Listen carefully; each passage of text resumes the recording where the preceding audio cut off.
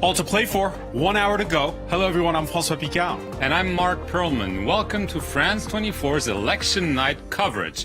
This is the second and final round of the French legislative elections. Since round one last Sunday, Emmanuel Macron's centrist coalition finds itself in a dogfight. Will it hold on to its outright majority at the National Assembly?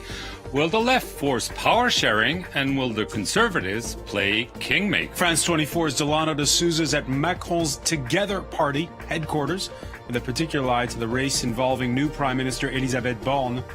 Marine Le Pen's national rally won't win, but she could make historic inroads. Alison Sargent is with the far-right leader in her northern constituency of Ensemble. And this time, the left is united and aiming big. Cole Stangler is at the headquarters of Jean-Luc Melenchon's new Popular Union. The former Gaullist conservatives, Les Républicains, may lose seats and yet gain influence if there's a minority government. Yana Lee is in the Riviera resort of Nice.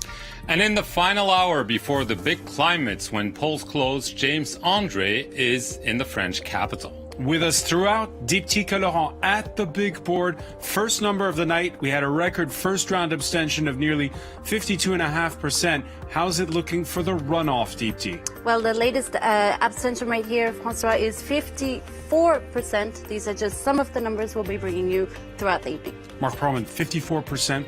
That's more than in the first round, but that's less than 5 years ago when it was a record 57.3%. Nevertheless, that's clearly the trend. People do not go to the ballot box enough. We'll see who gains the upper hand with this very, very high abstention. All right, high abstention rate. One of the talking points with us this hour, journalist Léa Chamboncel, host of the Pop Politics podcast. How are you? I'm good, thank you. Welcome back to journalist and author Gérald Olivier, columnist at Atlantico.fr. Good evening. Thanks for being with us. Thanks as well to communications consultant Pierre-Jérôme Hénin. How are you? I'm fine, thank you very much.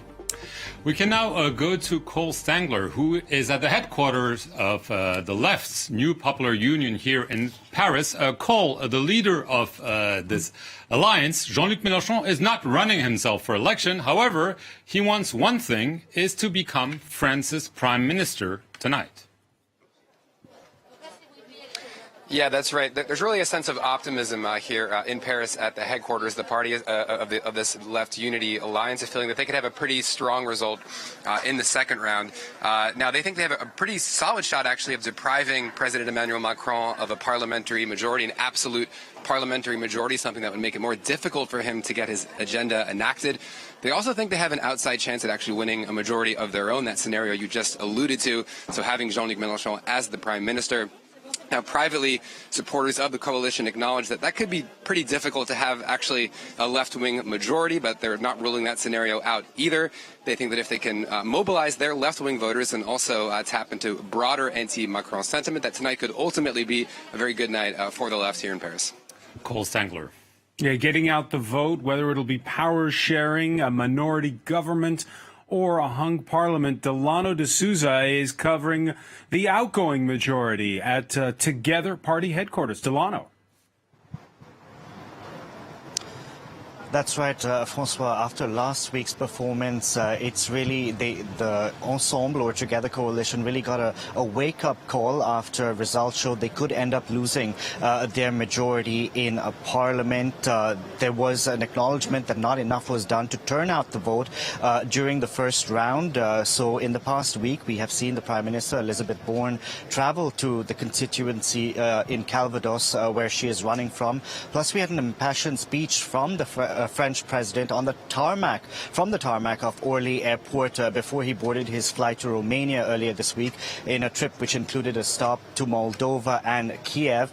Emmanuel Macron urging the French citizens not to add to the global disorder we are seeing due to the war in Ukraine, and he called on them to vote for the Republic, essentially equating his party with the French state. Now, obviously, that didn't go down well with the main opposition, the left-wing Nupes alliance, who called his speech from the tarmac a stunt, a Trumpian stunt at that. Delano de Souza. And here's a reminder, if you're just tuning in, we have the estimate of our partner Ipsos for the abstention rate. Let's take a look at it once again.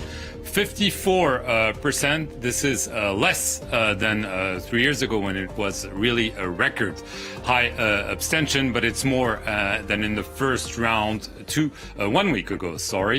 James Andre, you're closely following one of the tightest race of this election in central Paris. What about turnout where you are?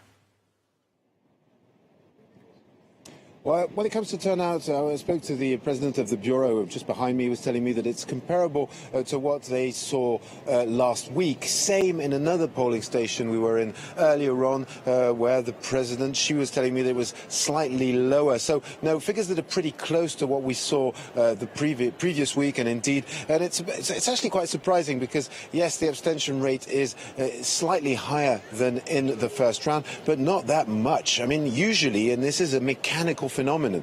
Simply, if someone supports a candidate, that this candidate indeed gets loses in the first round of the election and does not, of course, is not there in the second, well, some people will make the choice of not going out and voting for one of the other candidates at all. So mechanically, over the years, the second round of the parliamentary election always has less voters than the first round. But as you were saying, it's much higher than 5 years ago, and it does appear that this neck-and-neck, head-to-head dogfight between the president's majority party and this new left-wing coalition led by Jean-Luc Melenchon has interested voters. James Andre, we will check back on the race that you're following in central Paris later. Pierre-Jérôme Menat, I want to ask you about trying to read the tea leaves about this abstention rate. Yes, there is more abstention than in the first round, but people thought that it might smash the record of 5 years ago. It didn't. What do you make of it? Well, I don't know whether I'll get out something interesting about reading the tea leaves, but I'll do my best. No, the abstention is a crucial issue in these elections. 40 years ago, it was a little less than 30%, and 20 years ago, it was 40%, and now it's above 50%. And the first round last week was the second time in the life of the Fifth Republic, that started in 1958, that it happened, that the abstention was above 50%. So it is a very crucial thing. Yes, it is slightly higher this time. The turnout is slightly higher than we could have expected because, as it was said a few seconds ago, the second round is always worst in terms of turnout, as people have as it was explained, people don't go back to vote for the person they voted for who has been eliminated. But last time it was 57% of abstention. Now it's maybe 54%. So the big question is, who is this slight mobilization in favor of? Is it for the Nupes? Is it for Together party? The Nupes being the new leftist alliance. The new leftist, yes. Nupes or Nupes, or I don't know exactly how to pronounce it. Or, yes, the left wing. So it will be very interesting to see where has the mobilization gone this time. Is it in favor of the presidential party or is it in favor of Nupes? We will see that in a few minutes. And before we turn to the rest of our panel, just a reminder, 577 members of parliament with the low turnout that we saw in the first round. There are only 5 outright winners.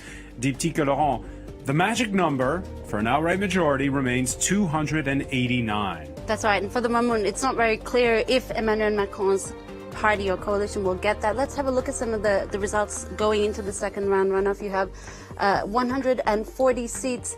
That's what Jean-Luc Melenchon and that left coalition that he's leading, that's what they're expected to get. Emmanuel Macron, 265 to 305 seats, and the far right there, 20 to 50 seats, which doesn't seem like a lot, but it is well more than the 15 they need for that parliamentary group. And of course, it'll be this number here that we'll be looking at, 60 to 80 seats by the French Conservatives. It might be what Macron, it might be the party Macron is turning to if he doesn't get that absolute majority. Now, let's show you some of the sort of tight races that are taking place across France in the second round runoff. These, what you see in white here, are the races in which pitting candidates from Emmanuel Macron's coalition against the left coalition. The big race to watch today is Clément Beaune. He's a European Affairs Minister. He's in a very tight race with the left coalition candidate, and it'll really be up to the voters here from these parties and how they vote, if they vote, that could determine the outcome of this constituency, bearing in mind that Emmanuel Macron has told his 15 ministers who are candidates in these elections that if they don't win their seat, they lose their ministership. There's another tight race down here. That's Christophe Castaner. He's the former interior minister, and he's actually president of Emmanuel Macron's party's parliamentary group. He is in a very tight race against the candidate from that left coalition. Just barely 1 point separating them. And you'll see here it'll be really up to the voters from the far right how they vote, and if they vote, that could determine that race there. Let's show you now some of the races between Emmanuel Macron's coalition and the far right. There's one in particular to watch out for. That's all the way up here in the north of France. It's in the Pas-de-Calais. It's Brigitte Bourguignon. She's the health minister. She's in a race against the far right, just barely 2 points separating them. Again, she risks losing her ministership if she doesn't win her seat. And finally, to show you some of the races in which the far right are pitted against that candidates from the left coalition. The one to watch out for is here in Marseille, Mohamed Ben Saada from the left coalition in a very tight race once again with the candidate from the far right.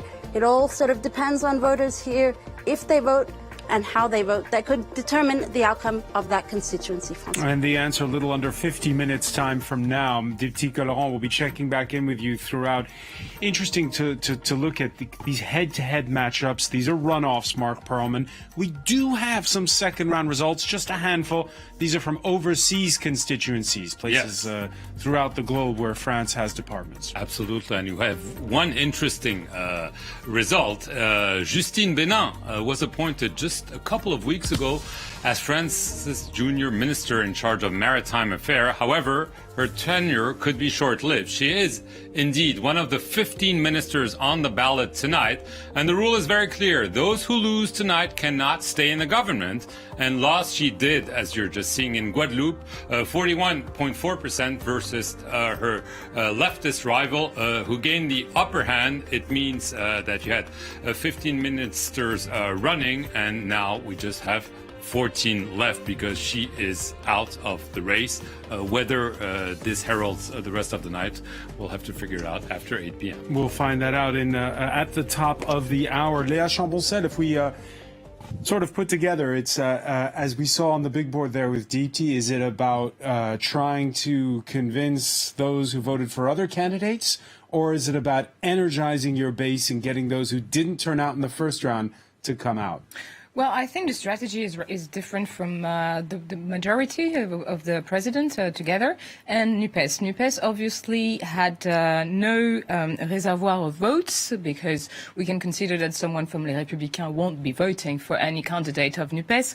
Also, what happened... This is again the left-wing alliance. Yes, the left-wing alliance. Important to say so, to remind. And also what's interesting is that during the two rounds, what happened also is the reaction of the candidates from Together, that some of them said that they had to the voters that they should cast a blank ballots to, like it happened in Hénin-Beaumont when we have Marine Le Pen facing Marine Tondelier from Nupes, where the candidate that was defeated of La République En Marche and Ensemble said, well, just cast a blank ballot. And that's very surprising because it's also behind that you have the concept of Republican front. And what happened this week is that we sort of had the impression that this concept was sort of very, flexible for the majority and the president, and that was very surprising. When it comes to the 3% of the people that were mobilized, when you see the difference with 2017 for the second round, what is very interesting is that we were not expecting that. We were not expecting to have a mobilization that would be bigger than in 2017 for the second round of this election. So that's quite surprising. And it's very likely that this 3 points mobilization that we have so far would go to Nupes. That's where the reservoir of votes of Nupes are. So it seems. Also, I think it's also important to point out that throughout the time we see that abstention rate is expanding.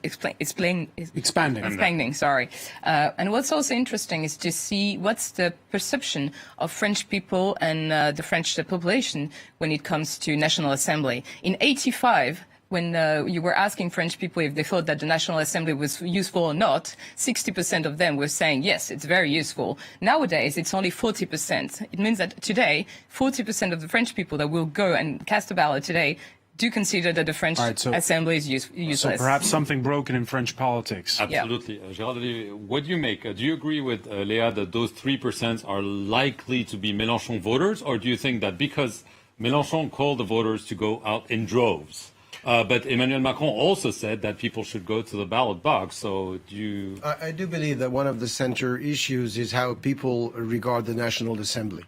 And you go back to the institutional reform of, I think it was 2002, when we went from the septennat, the 7-year presidential term, where you have a president who's elected and then halfway through his term you renew the assembly, and if you're happy with him, you give him a majority. If you're unhappy, you give the opposition a majority, and then he has to deal with what we call cohabitation, divided government, or he decides to resign and move on.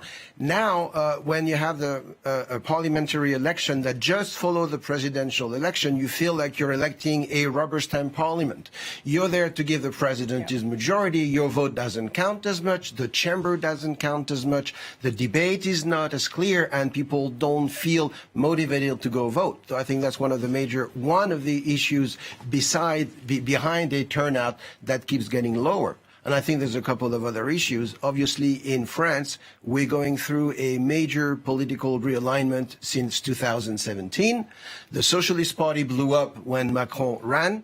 The Republican Party just blew up this time, and we're going to see them probably see their group divided by about half at the Assembly, and their candidate gathered less than 5% at the presidential election.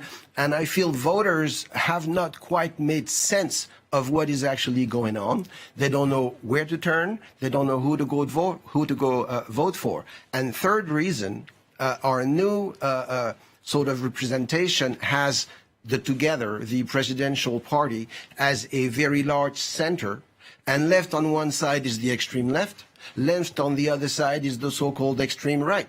And most people feel neither extreme left nor extreme right. They might not agree with Macron, but they do not agree with either side either. And in the end, they decide just to abstain. I'm still not an expert into reading into tea leaves, but let me take a bet with you. I fully agree with you, but I do think that the 3% or maybe the 2.5% difference between now and the 2017 vote, the turnout rate, will be in favor of Macron's presidential party, because the reservoir of votes lie much stronger on the right wing than on the left wing. And I think that most of the votes, or nearly all of the votes that were supposed to go to the Nupes, or the left, have already gone. And they don't have a big stock of votes available. And I think it's more favorable for the presidential party. But we'll see that in a few moments. We'll get the answer at 8 p.m. Yes.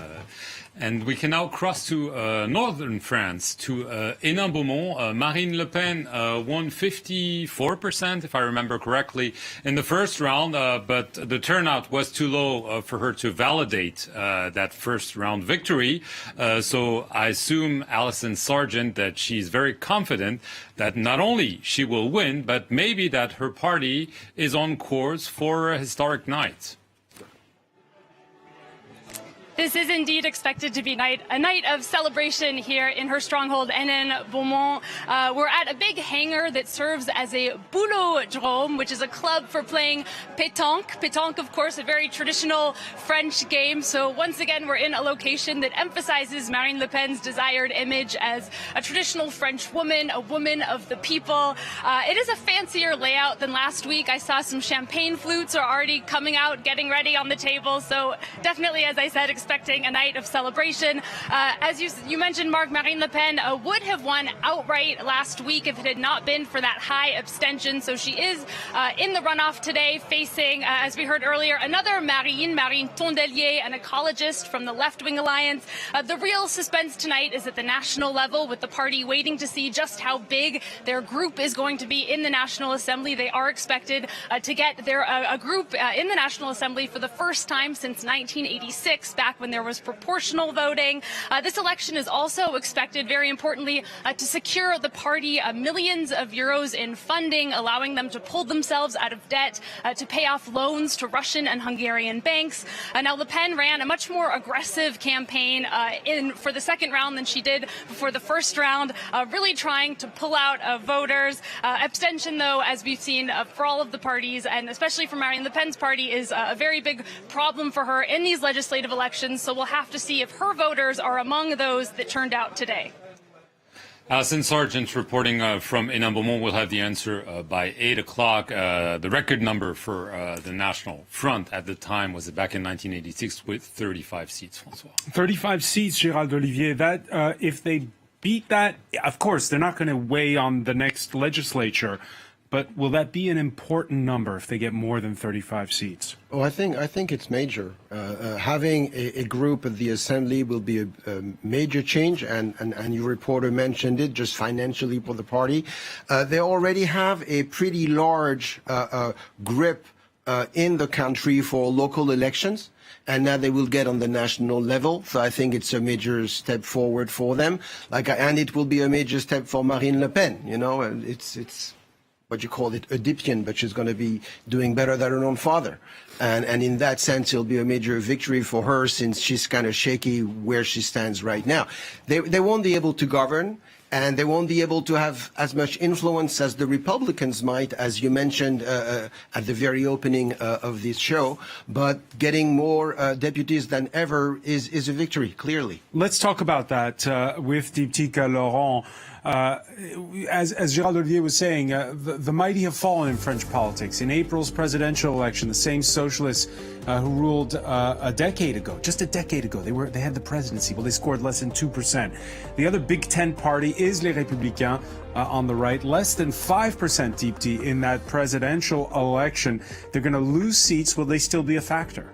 They could well be kingmaker, actually, François. If you look, this is the sort of current projected composition of France's next National Assembly. You have Jean-Luc Melenchon and the left-wing coalition that he's leading, projected to get 140 to 180 seats. Emmanuel Macron's coalition projected to get 265 to 305 seats. Now, the magic number, of course, is 289. That's what he needs to get that absolute majority in the National Assembly. Now, it's not clear if he'll get it if you look at the statistics right now, and that's why he might have to look towards the Conservatives and their 60 to 80 seats if he doesn't get that absolute majority. With their support, if he gets it, he would reach that number mathematically, 289, but it all remains to be seen, and really, if he reaches that absolute majority that he so desires. François. Many thanks, Diptyque Laurent. Let's, speaking of Les Républicains, one of the most high-profile races is on the French Riviera. France 24's Yenali is in Nice in the constituency where one of the leaders of the party, he tried but failed to get the nomination for president, is Éric Ciotti, who's to the right of Les Républicains.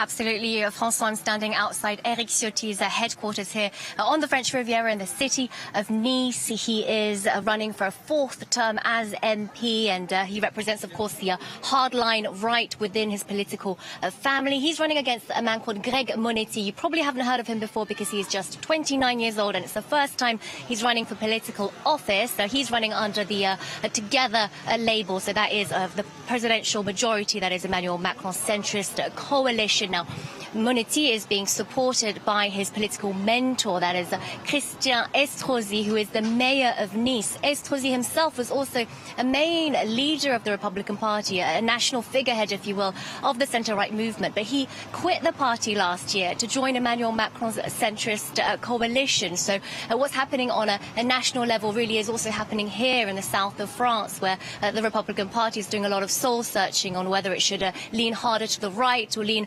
further moderately. Now, Ciotti, for him, there's a lot at stake, both locally and nationally. Locally, you know, he is a massive figure here in the south of France, which is traditionally very conservative. He's also maybe looking to run to outseat his rival Estrosi as the mayor in the 2026 elections. On a national scale, if he wins tonight, that would really boost his credibility, boost the legitimacy of his hardline right-wing opinions. Now, we actually ran into the man himself, Ciotti, a little earlier on, and we asked him how he's feeling tonight, and he said he had no feelings. Ciotti, of course, remaining very tight-lipped ahead of the results. So tales of rivalry and betrayal. Yeneli in the Dallas of the South, Nice. Many thanks.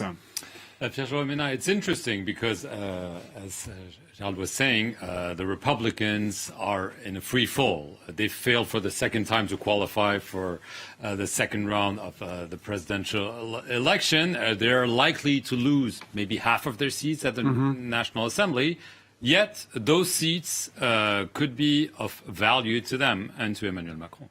Absolutely, but it will very much depend upon the result of what the presidential party makes in terms of seats. But if it doesn't have, which seems to be the likely scenario, the absolute majority, it will have to work with other political parties, including the right wing. And it took place once between 1988 and 1991, with Michel Rocard was prime minister, and he had no majority, absolute majority in the National Assembly. So he had to, for certain texts, for certain laws, to work both with the centrist and, let's say, Republican right wing. The communists also. And the communists also, absolutely. So we will see whether it is possible. It will be a new thing. We will see whether Emmanuel Macron, who doesn't seem to be the perfect person to be obliged to compose with other political sensitivities, see whether it works or not. But yes, the right wing is falling down, but the 60 to maybe 80 seats that they could gain tonight shall be golden seats, if I could put it, and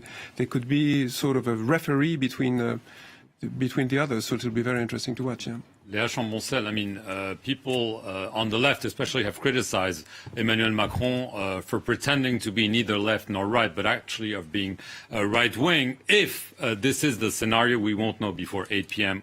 Of course, this maybe could open a bigger space for the left in the future, because Emmanuel Macron would then be clearly identified with... Absolutely. And what's interesting with looking at the results for tonight is to think about the future of La République En Marche and the future of Ensemble as a coalition that will become a renaissance after the elections. What's interesting is to look back at what happened in 1978. In 1978, we have Giscard d'Estaing that is facing what Emmanuel Macron is sort of facing today. Is on the left wing, there is an alliance that is a threat to the government of Giscard d'Estaing. He's calling on the elections. That was back when the presidential elections and the legislative election won't synchronize as today, obviously. And he had a speech that was sort of very similar to what Emmanuel Macron did at the airport before leaving to Romania. He was saying you need to cast the right vote. You need to be rational. You need to think and make the right choice. This and it is worked. What is said. And it worked. It worked, but to a certain extent, because what we know is that in 1981, he gets bitten by François Mitterrand. So what I think is that what's going to happen for the left alliance, because if the left do get 150 seats at the Assembly, it's huge. It's a huge amount. We were not expecting that at all. And also, we have to remind that in 2017, La République En Marche had around 350 seats. So even though if Emmanuel Macron is keeping his majority, which is 289 seats, it's still a defeat in a way. So we need to see how things will come up the upcoming years. It's going to be rather interesting. Well, let's cross to Delano de Souza with a little over 30 minutes to go before the polls close across France. Yeah, Delano, even if Emmanuel Macron gets an outright majority, to borrow Gérald Olivier's phrase, it won't be a rubber stamp parliament. Indeed, so it really does come down to a numbers game at this point in time. Emmanuel Macron's Together centre-right coalition needs that 289 seats in Parliament in order to push through the reforms he has pledged. Big-ticket reforms, including reforming France's pension system. So we will see how the president does. Failure to achieve that 289 means there could potentially be policy paralysis here in France for the next 5 years. But it depends on who Macron forms an alliance with to push through his reforms in Parliament. As Mark mentioned earlier, we have one sitting cabinet minister who will be forced to resign after failing to make it through in last week's elections. Plus, we have three important ministers who could have their jobs on the line because all cabinet ministers need to win parliamentary polls in order to continue in their jobs, and they include Clément Beaune, who came in second place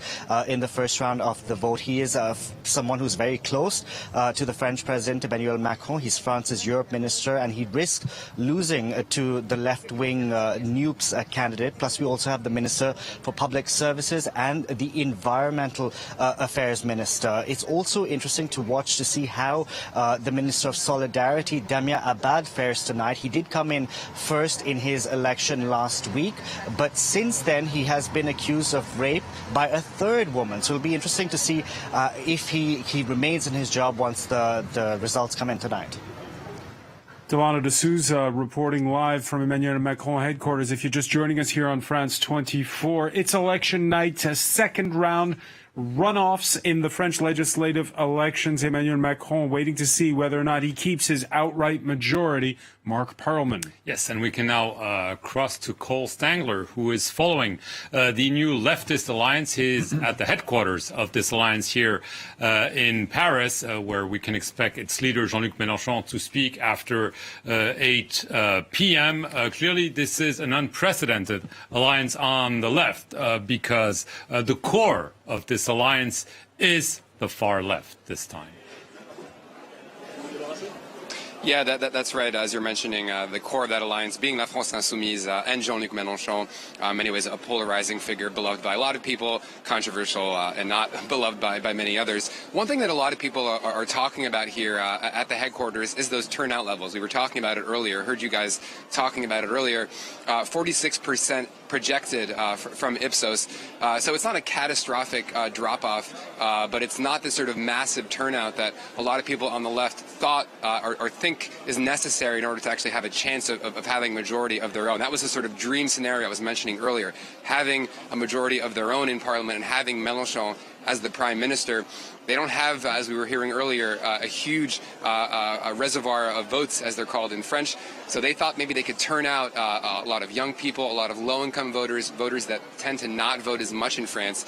So those turnout numbers are not great. They're not catastrophic either, but it sort of suggests that that sort of dream scenario for the left could be trickier to reach. I was talking to someone here at the headquarters who suggested just that sort of dream scenario could be tricky. But again, polls are not closed yet, and we still have just under 30 minutes before those polls close. A lot could happen. We'll have to see until at 8 p.m. whether these dreams come true for Jean-Luc Mélenchon. We can now leave France for a while and actually go to Ukraine. A few days ago, Emmanuel Macron made the trip, finally, some would say, to Kiev to meet Ukraine's President Volodymyr Zelensky. Our senior reporter, Catherine Norris-Strand, was there during this visit and is still in Kiev. Catherine, Emmanuel Macron made that trip, so one can imagine this election is being closely watched by the Ukrainian Authority and especially its president, Volodymyr Zelensky.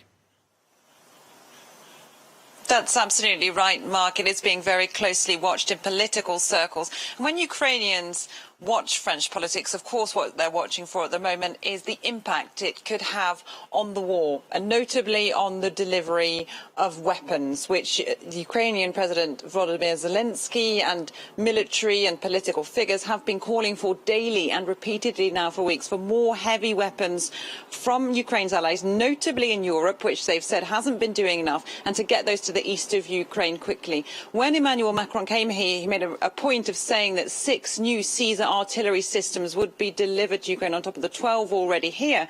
Now, officials we've been speaking to off the record since then have said that's good, but not enough. So any suggestion that any blockage in government could slow down the delivery of arms or make that more difficult would go down extremely badly here. And when you look at what Jean-Luc Melenchon had to say, he said he wouldn't contest the arms already being delivered, but that France must be careful not to be seen as a belligerent party either. So that's exactly the kind of comment here which makes people rather nervous. The other big question where France is concerned for the Ukrainians is the issue of EU membership. France, of course, being a key member of the EU. Emmanuel Macron said that France would support immediate candidate status for Ukraine.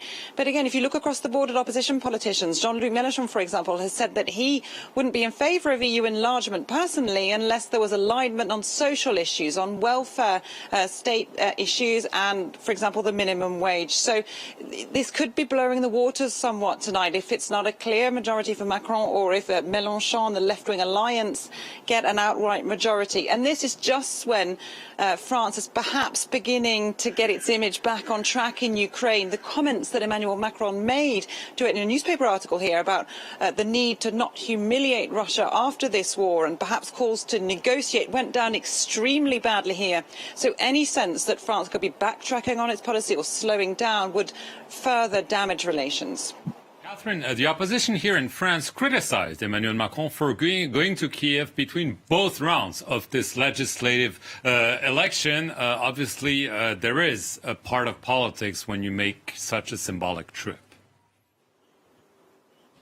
Absolutely. The pictures coming out there of walking through war-torn suburbs, damaged buildings, alongside other European leaders, really help to portray a presidential image. And this is what opposition politicians hit out at Emmanuel Macron for. Marine Le Pen saying that Macron was posturing as a war leader with thoughts clearly on his electoral fortunes, and other political opposition figures also said that, you know, they suspected as much himself. In fact, Macron's choice for Prime Minister Elisabeth Borne, who he named just a few weeks ago, said that the seriousness of the international situation meant that the government needed to have a strong majority. So they are kind of alluding to that there. And you kind of can't blame leaders for thinking that they might get somewhat of a boost from coming here and being seen on the international stage. It's certainly what people think Boris Johnson feels when he comes here. He was in town just the day after Macron, Scholz and Draghi and the European leaders, and he has much worse political fortunes at home in the UK, and certainly gets a bit of a boost when he comes here. So whether there will be a boost for Emmanuel Macron from his trip to Kiev remains to be seen. But yes, a lot of his critics suspect him of coming here between the 2 rounds of voting these parliamentary elections, that it wasn't perhaps entirely down to chance. Catherine Norris-Trent in Kiev will have the answer at 8 p.m. sharp. You heard there what our correspondent was saying, Léa Chamboncel, and this left-wing alliance, which has been surprisingly solid in the build-up to these legislative elections. However, say the word NATO, and right away it falls apart. I'm not sure about this, because it's an alliance again, and not all the parties were quite agreeing on that point, and they said that they will leave it to the parliament to see. Like, it's one of the points on which on the common program there is no deal, let's say. But what's interesting, it's a pretty big one though, with Russia. It's a huge one. It's a huge one, definitely. On the offensive in Ukraine. Especially, and also when it comes to EU issues, definitely it's very important. What is very important also to remind, when it comes to international affairs, is that in the situation in which we are, the Constitution says that the head of state, so the president, has a domaine réservé réservé, which is a reserved domain, basically. So this is also why who is going to Ukraine today is Emmanuel Macron. It's not the Minister of Foreign Affairs or the Prime Minister. So this is important also to underline. What's also very interesting is to see that a lot of people were saying that Emmanuel Macron was using the war in Ukraine, and it's a point that I hope it's not true. He's not using a war to make sure that he will have a solid majority, because this is it's not very how to say. In the democratic words, very clever from him if he does so. But what's interesting also is on the speech he gave on Tuesday evening, he talked about it. He was saying the war is only like 2 hours flight away from us. So he was using a way of threatening, I think, the French population also on this war. And it's a bit surprising. And, well, I guess it will have an impact on international affairs. I'm not surprised that Ukrainians are looking very carefully at what's going on, but also the EU itself. And the decision that we'll be taking, it's not just the French president or the French prime minister that is taking the decisions for Ukraine when it comes now to the EU. Gérald Olivier. Yeah, interestingly, your reporter was mentioning, and you were saying that the Ukrainians are watching the results of those elections very closely because the outcome of the war might in some way be slightly influenced by what happens in France. But the reverse, I feel, is much truer, meaning that our presidential election was considerably changed by the beginning of this war. If you remember back in February, I think it was on February 22nd, that Éric Zemmour in the polls got ahead of Marine Le Pen. He got to 22 or 23%, I forget what the actual score was, but he was ahead, and he was going to be face-to-face with Macron. 2 days later, the war began. Russia attacked Ukraine, and Zemmour started going down. He was the only openly pro-Putin candidate. Exactly, and anti-NATO. Mm-hmm. And that war has brought Europe closer together and has made NATO a much more important issue for the French. And I think Mélenchon, being very anti-NATO, is not going to be helped. And the reason why Macron went to Ukraine was to remind people of where we are, what we're part of, and indeed to bring some kind of national unity behind himself. Well, let's go to Brussels. Dave Keating is our correspondent there.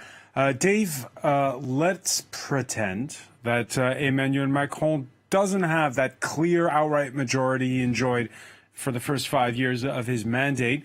At next week's EU summit, what would that look like, you think?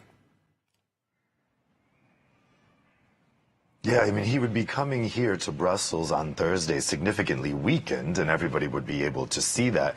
And it's at a time when he has said that he's going to push for a vote on giving Ukraine candidate status.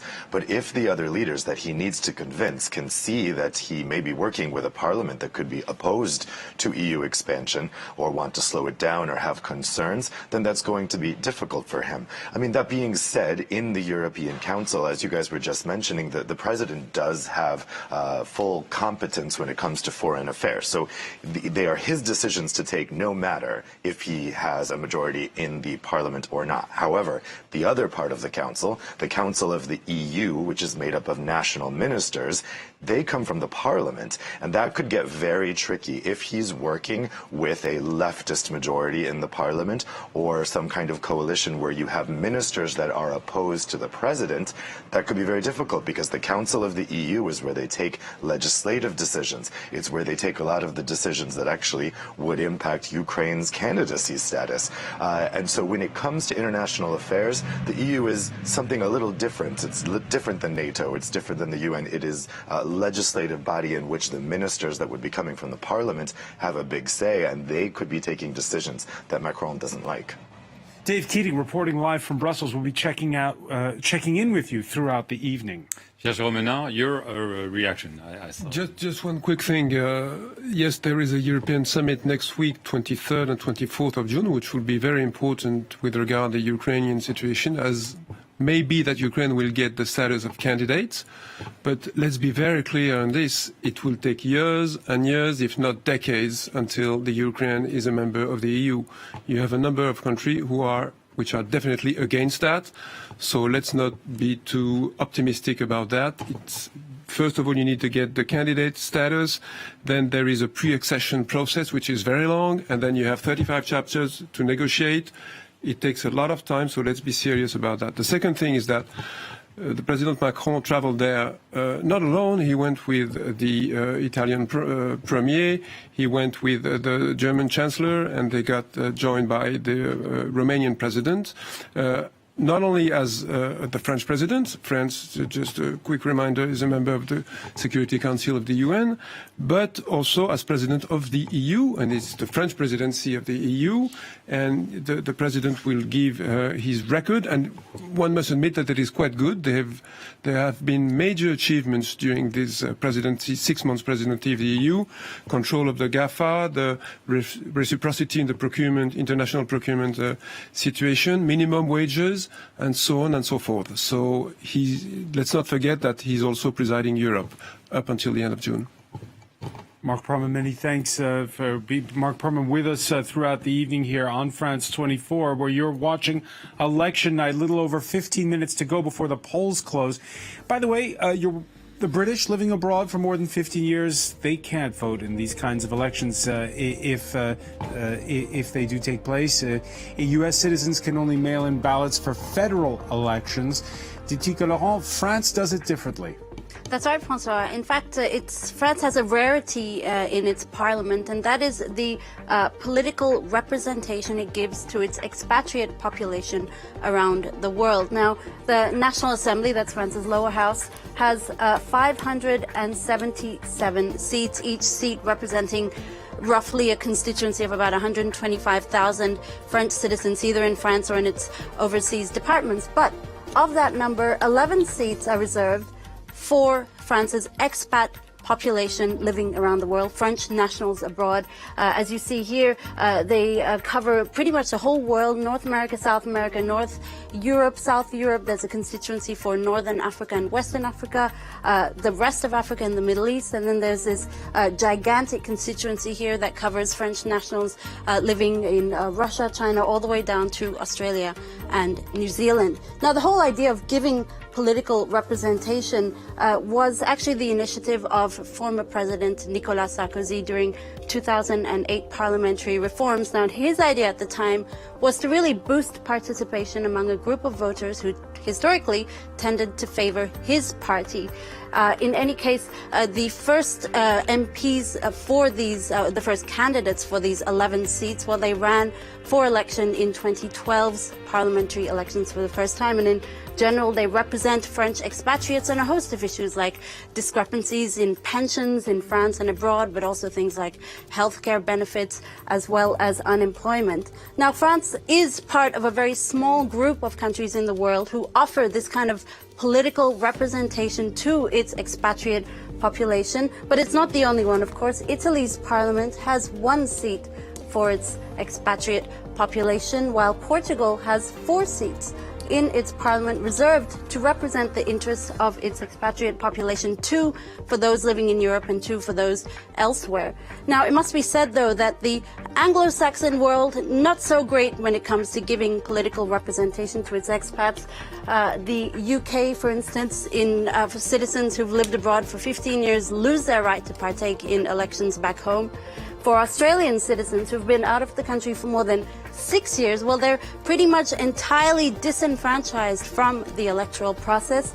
While in the US, while citizens abroad can partake in federal elections, there is no actual political representation for them in Congress. François. Well, the whole world is a constituency then for the French députés. And let's go to one of them, New York City. Correspondent Hoda Osman joins us. Hoda, tell us where you are. Well, I'm standing in front of a French restaurant in Brooklyn. The TV is on and we're waiting for the results. I have to tell you that the scene is quite different from when I was here a few weeks ago covering the presidential elections. At the time, the place was packed. everyone's eyes were glued to the screen, nervously waiting for the results and worries about Le Pen winning those elections. There was wide support for Macron. However, today it's quite different, not so much. There aren't as many people, and also there isn't as much support for Macron. I was just speaking to the restaurant owner, Alexandra, who told me that the ideal situation for her is for the alliance, for the Ensemble alliance, not to win a supermajority and for them to have to negotiate and make some concessions. She's particularly concerned about women's issues related to violence against women, as well as police's use of force in minority communities. She herself voted for the leftist alliance candidate for the North America constituents, Florence Roger. As you know, North America is one of the 11 overseas constituents. Voters here voted last week online. This was the first year where online voting was possible, and it may be the reason for a slight uptick in participation in the first round from 18% in 2017 to 21% in the first round. In that first round, we saw that the Ensemble Alliance candidate got 35% and the leftist alliance candidate got 33%. We're still awaiting the results for the second round. They are due to be announced in a few hours, but what we do know is that there was an increase in online participation in the second round. All right, so a nail-biter in that constituency, which includes both New York City, where you are, Hoda, as well as places like Montreal. Yes, Gérald Olivier, you mentioned earlier that now we have this sequence where we have a presidential election immediately followed by legislative elections. Mm-hmm. It was decided 20 years ago, and as a rule, since then there's always been the presidential winner getting a majority in Parliament. Emmanuel Macron made history by becoming the first to be re-elected without an outgoing majority. How crucial is it for him to get an absolute majority, because there have already been signals that confidence is not so high in his government? Well, obviously, it makes things a lot easier to govern. I mean, the whole idea behind the institutional reform of 2002 was to avoid government paralysis and divided government, which we had in 86 to 88, which we had again in the 90s when Chirac was president and Jospin was prime minister. So they decided to change that, and the easiest way to change it was to have the two elections coincide. First, you elect your leader, then you give him a majority. So if you elect a leader and you don't give him a majority, then you go back into a form of governmental paralysis. So I do believe, it's my own prediction, and I may be totally wrong, but I'm pretty convinced that Emmanuel Macron will get that absolute majority. We'll know in a few minutes, we'll see. But I would actually be pleased if he didn't, because I believe that it makes the National Assembly a more worthy body, where there is a form of debate, where there is a form of negotiations over reform, and whoever wins that election with so many or so few of the votes can just do whatever they want, and the opposition finds itself just on the sideline. Thank you, Gérald Olivier. We're just before we strike 8 o'clock, and we'll get our first estimates. We'll have a look at the only actual figure we have. It's the abstention estimate. It's also an estimate, but it's from our partner Ipsos. 54% is nearly 2 points higher than in round one last Sunday, but it is a little bit over 3% lower than the absolute record smashed in 2017. And we can now cross to James Andre, who is in central Paris following that race. The polls are going to close within minutes, James. Yes, absolutely. Just a few minutes left for late voters here in the 4th arrondissement in Paris to come and vote. And this is a especially, interesting and significant race here because, in fact, Clément Beaune in this district is facing off with Caroline Mécari. The Clément Beaune is a minister right now in the current cabinet. He is the delegate minister for European affairs, so he works for the foreign affairs minister directly under it. And indeed, as you know, Emmanuel Macron did clearly lay out the rules. Ministers who do not get elected in the districts when they're running for will actually have to step down. Now, we know that there are about 15 ministers that are running in this election. One of them has already lost her job, it appears, and that is Justine Bénin. She lost in Guadeloupe to a Nupes candidate, and we'll have to see what happens here in this 4th arrondissement. Alors, Clément Beaune is close to Emmanuel Macron. He was also a councillor for European affairs directly at the Élysée Palace before indeed he became a minister just a couple of weeks ago. And on the other side, well, indeed, his opponent is Caroline Mécari. She is a lawyer, an expert at LGBT questions, and also a very mediatic person who's been on television a lot. So, yeah, a fierce battle here. Andre in central Paris. Now let's cross to northern France. Alison Sargent has been following the race of the far-right leader Marine Le Pen. A few minutes before her first round victory will be confirmed, but clearly the hopes are higher for the national rally.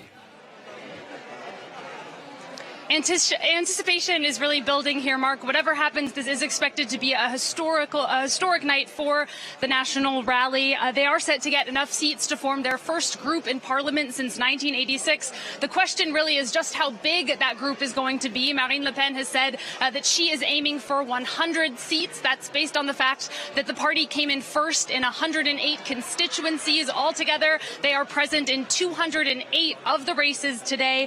Now, traditionally, the far right has done poorly in legislative elections in part because they've been blocked out by the so-called Republican front. Other parties ultimately calling to block them out and vote in favor of other parties they don't necessarily agree with, but just to prevent the far right from winning. But there is some question over whether that Republican front is going to hold to the same extent this year due to that fierce competition between Emmanuel Macron's centrist party and the left-wing coalition. So that is one of the big questions. And because of that lack of Republican front, well, the national rally could get a much higher score than anyone anticipated today. Alison Sargent will know the verdict in exactly 5 minutes. Yeah, and as we said earlier, the magic number for the National Front to beat their all-time record would be 35 seats. Delano de Souza is at the headquarters of Emmanuel Macron's ruling coalition. That's right, Francois. It's a wait-and-see atmosphere at the headquarters of the Together centre-right coalition. Polls last week showed that this coalition could potentially lose their majority in parliament, so there was a concerted effort to really get out the vote over the past week. But it's unclear if things were left to the last minute, and we will see, of course, how that high abstention rate, which we're seeing today at 54%, plays in the results. Whether it will help or hurt the centre-right coalition, we'll know in under 5 minutes. All right, many thanks to Lana de Souza reporting live, and there are actually 4 minutes to go, Mark Perlman. Yes, and we're just going to go to the headquarters of the new leftist alliance.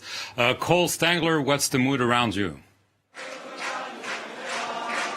Yeah, well, Mark, as you can hear behind me, people are pretty excited. It's actually a popular yellow vest chant that they're chanting behind me, and then finally now just starting to quiet down, but pretty almost festive atmosphere here as those results are about to come in very quickly. One of the big storylines, we've heard it over and over again, is this sort of ability for the Nupes, potential ability for the Nupes to knock out some key government ministers.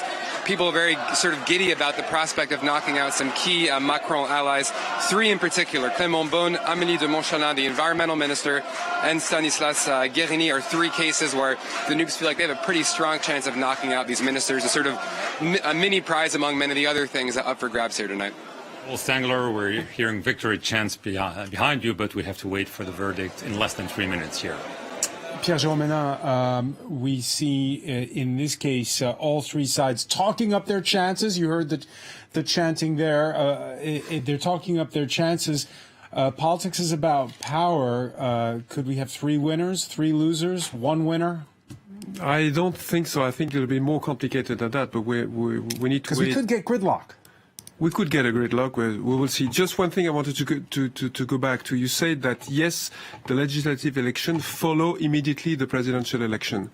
But it was not immediate this time. I don't want to go into the details, but there's been a month and a half between the presidential election and the legislative election, which might have been an error in terms of strategy or tactics for the President Macron. They even tried to do it earlier, but never managed to do so. So I think it's quite an important point, and it has given a lot of space to Jean-Luc Melenchon to do what he has done. Yeah, Jean-Marcel, quick word before 8 p.m.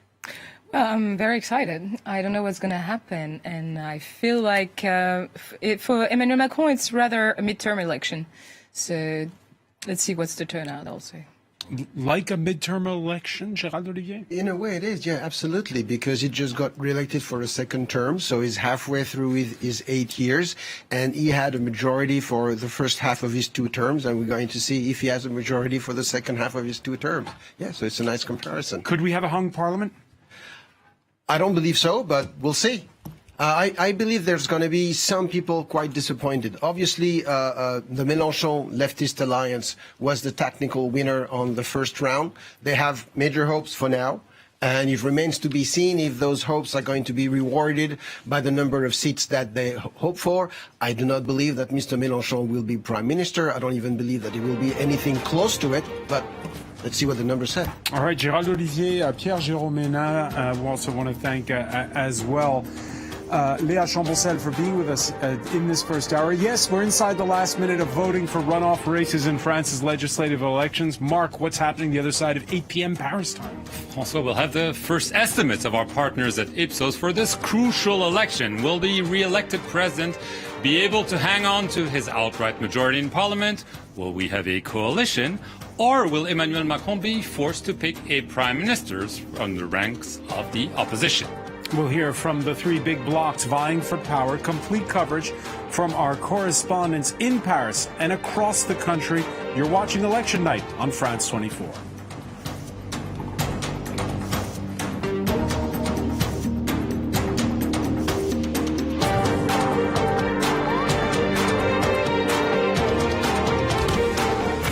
It's 8 p.m. in Paris. Polls have closed in this French elections finale. They're counting ballots across France, and the results, many surprises to pick through. First, exclusive projections from partners Ipsos with Diptyque Laurent.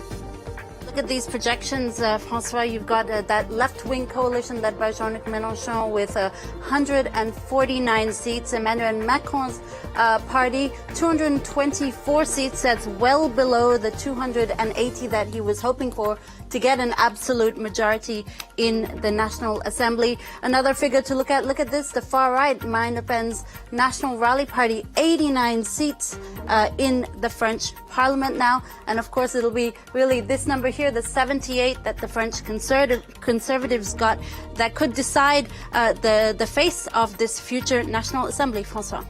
Mark Perlman, couple of points. First, before we start coalition building, the National Rally, the far right, they didn't just break their previous record, they smashed it, they obliterated it.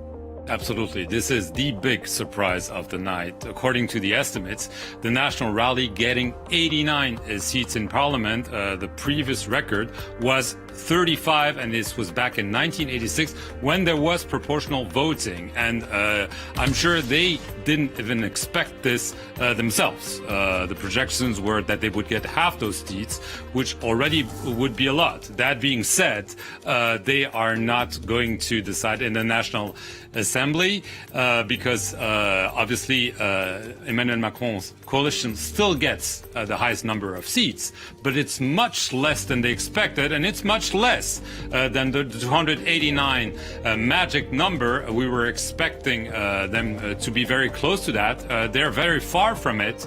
And also, let's face it, the new leftist alliance expected more than 150 seats. This is what they're likely to get. They become the number one opposition. But interestingly, the conservatives lost less than expected. They're getting around 78 seats according to our estimates, which means they will be kingmakers because Emmanuel Macron will be forced to turn to them if he wants to reach that magic number, 289. So we entered a new phase in French politics because there will have to be coalition building here in France. A lot's going to happen on Monday morning in this country. Three shades of institutions for the French abroad represented here on this set with us to break down these election results. With us, Green Party candidate Charlotte Melenchon, running for Parliament in the Northern Europe constituency of the French abroad, part of that left-wing alliance.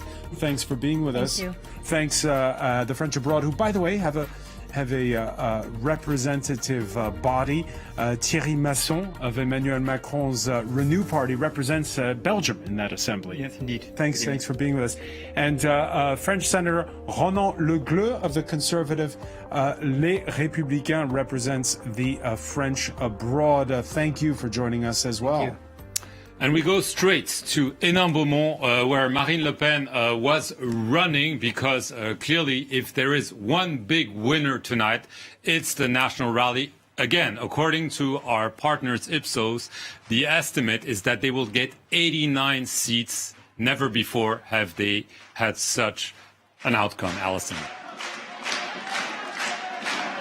It's pretty incredible, Mark. The crowd behind me just started shouting for Marine, so I was looking to see if perhaps she's arrived. We are waiting for her to come and give what's going to be a pretty big victory speech, I can imagine. This is a huge result. It's hard to emphasize just how much no polls predicted this. Projections put her at 20 to 45 seats. Polling institutes didn't think she'd get beyond 50, but according to those estimates, she'll have 89.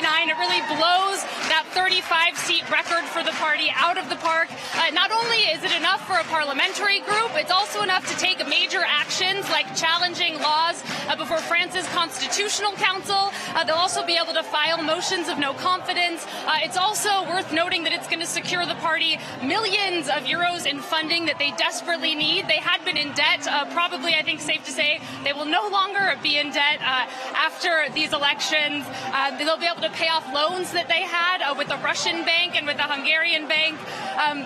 So, very huge night. There was a huge roar of cheering when those results were read out. The crowd then started chanting for Macron to resign. So this looks like it's set off to be a party that's going to last for the next couple of hours. And for now, the next big event is waiting for Marine Le Pen herself to arrive. Alison Sargent will cross back when the triumphant, I imagine, far-right leader will speak to the crowd where you are. Let's now cross to the headquarters of the new leftist alliance.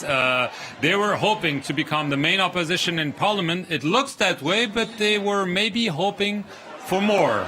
Paul Stangler. Yeah, that's right. That scenario in which they'd have a majority does not look like it's on the table any longer. But just behind me, people were celebrating that score win, which just came up on the screen here. Pretty raucous atmosphere, actually. It just started to quiet down.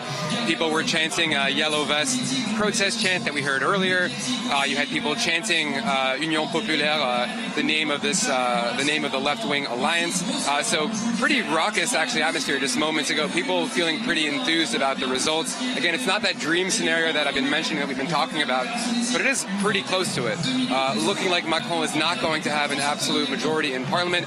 A very, very strong result for the left. Again, we'll have to see what it looks like when those results come in, but the projections are looking very positive, especially when you consider where things were even just weeks ago. Paul Stangler will check back with you. In the meantime, just the first result, but maybe a symbolic one. Christophe Castaner, who was a minister and who was the leader of Emmanuel Macron's party at the National Assembly, is apparently out of the race. We'll have to confirm this, but this shows that it's not a good night for Emmanuel Macron and his party. All right, well, let's see what the atmosphere is like at the headquarters of Macron's Ensemble coalition. Delano de Souza, Emmanuel Macron perhaps on course to name the next prime minister, but it'll be a while before our next government by the looks of it. I can tell you the mood here is far from celebratory like it was behind Alison Sargent and Cole Stangler.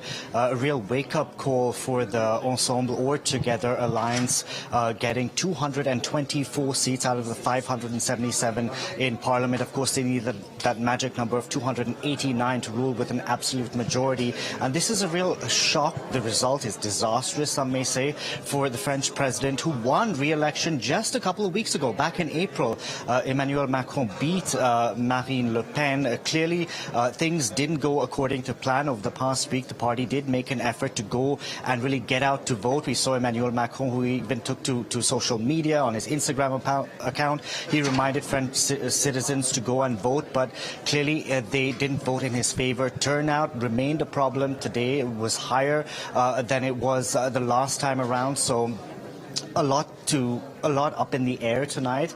We don't know which way the centre-right coalition is going to, which alliance it's going to stitch itself with in the Parliament. We'll obviously have more answers in the hours to come.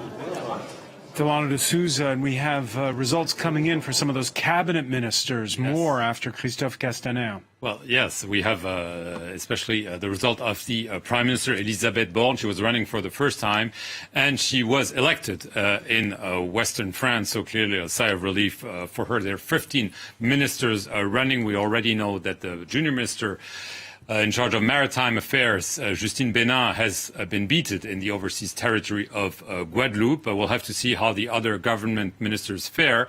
But an important other results, it's still not totally final. But one of the key lieutenants of Emmanuel Macron, the Speaker of that National Assembly that's being re-elected tonight, Richard Ferrand, apparently is out, and that he's been beaten also in Western France. We'll have to confirm that. But again, this would illustrate that this is not a good night for Emmanuel Macron and even some of his close allies. All right, personal question, Charlotte Maviel. What results have you? You're running for the Northern Europe district again for the French abroad with that new Popular Union coalition. How'd you fare? I don't have my results yet, so we will have the results of the online vote because our online vote took place until Wednesday, and so the reveal of it hasn't been done yet. So we'll find out. We'll find out soon.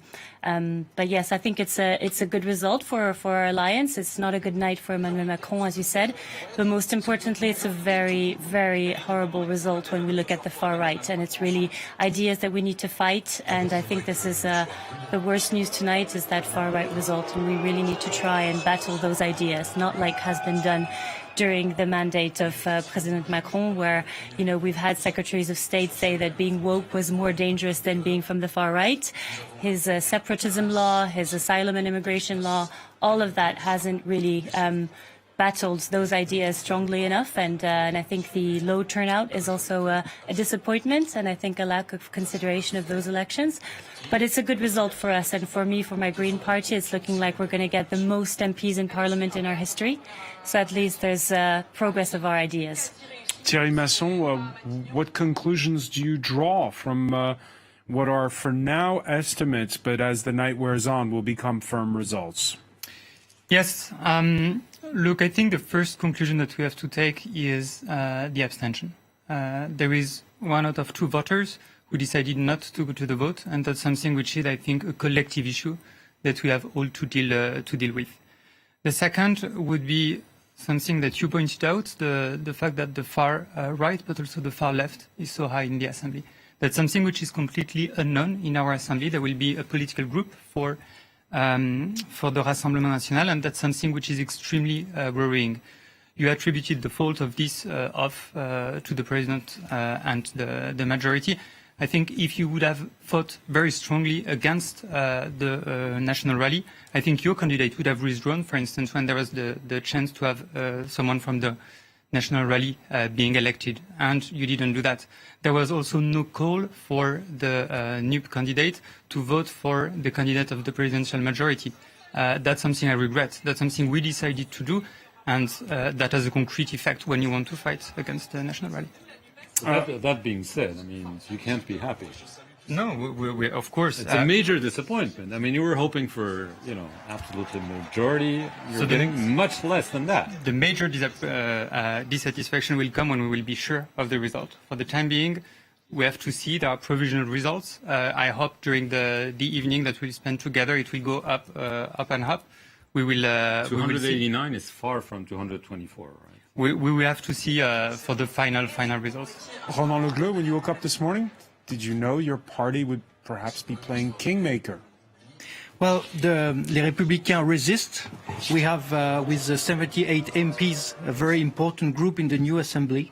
And this is a very good situation to really reform the country, because we will be able to vote the laws we really want for the reform to the reform the country, and we will have the ability to change the law, because this position will give the possibility with the Senate, where we have a majority in the Senate already. So we will be able to have a big influence on the laws, and being in the opposition but changing the laws.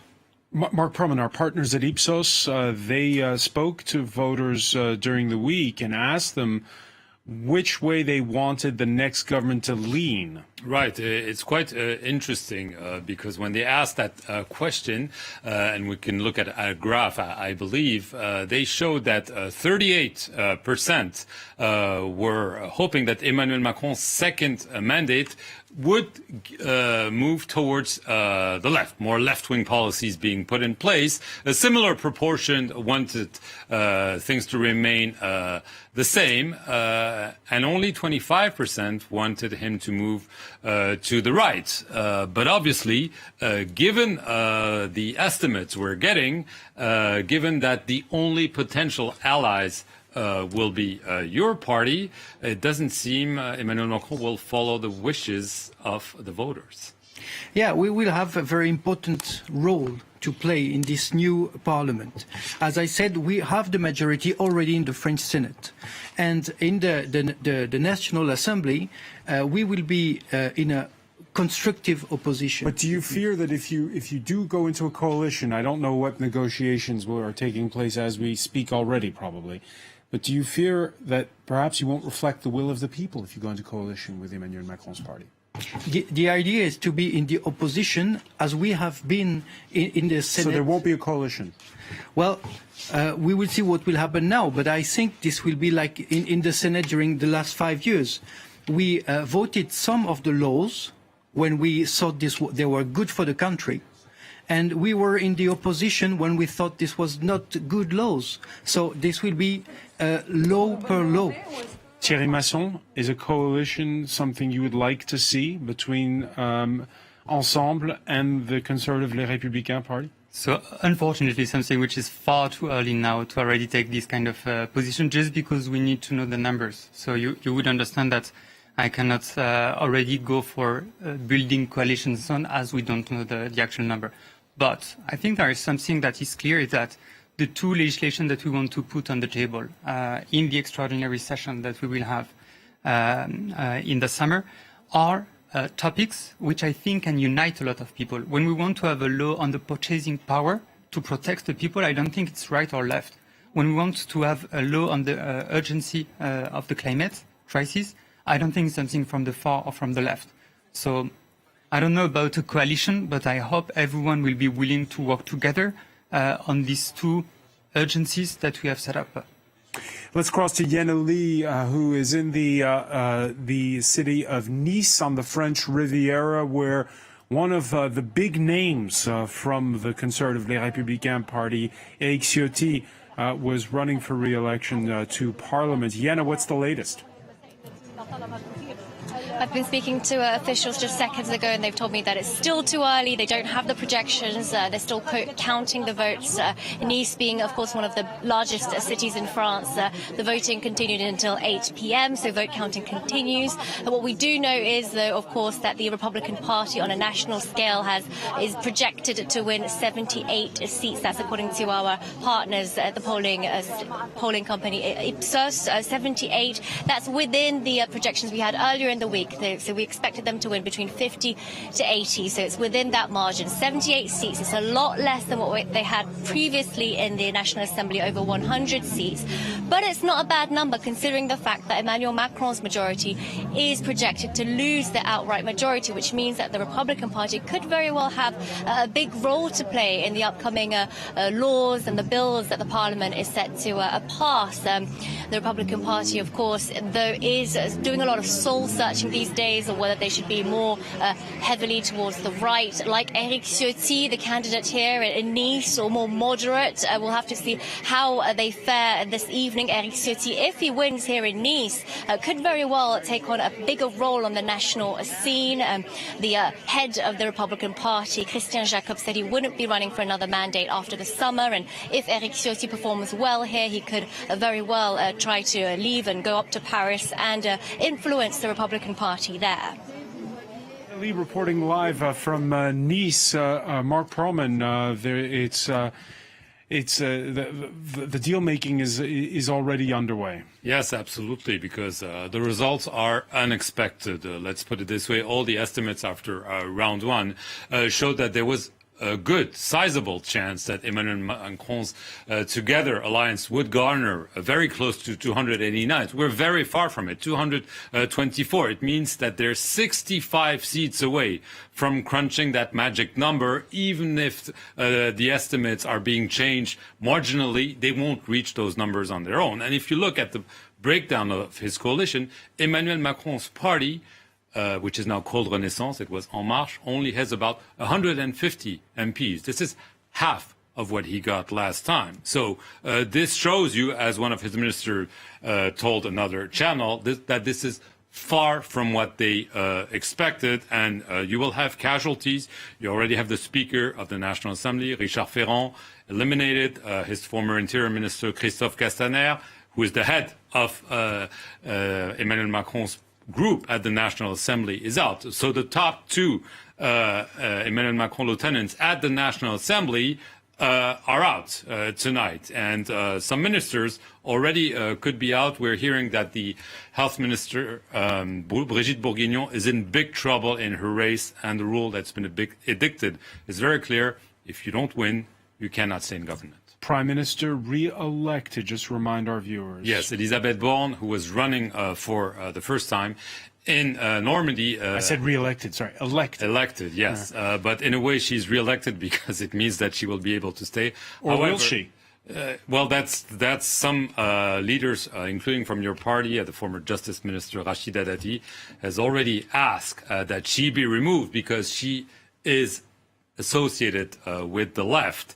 And given the new geography of the National Assembly, Emmanuel Macron might be forced to shuffle the deck, including his Prime Minister. Charlotte Bainvielle, what happens next? Is France ungovernable, or will there be a coalition?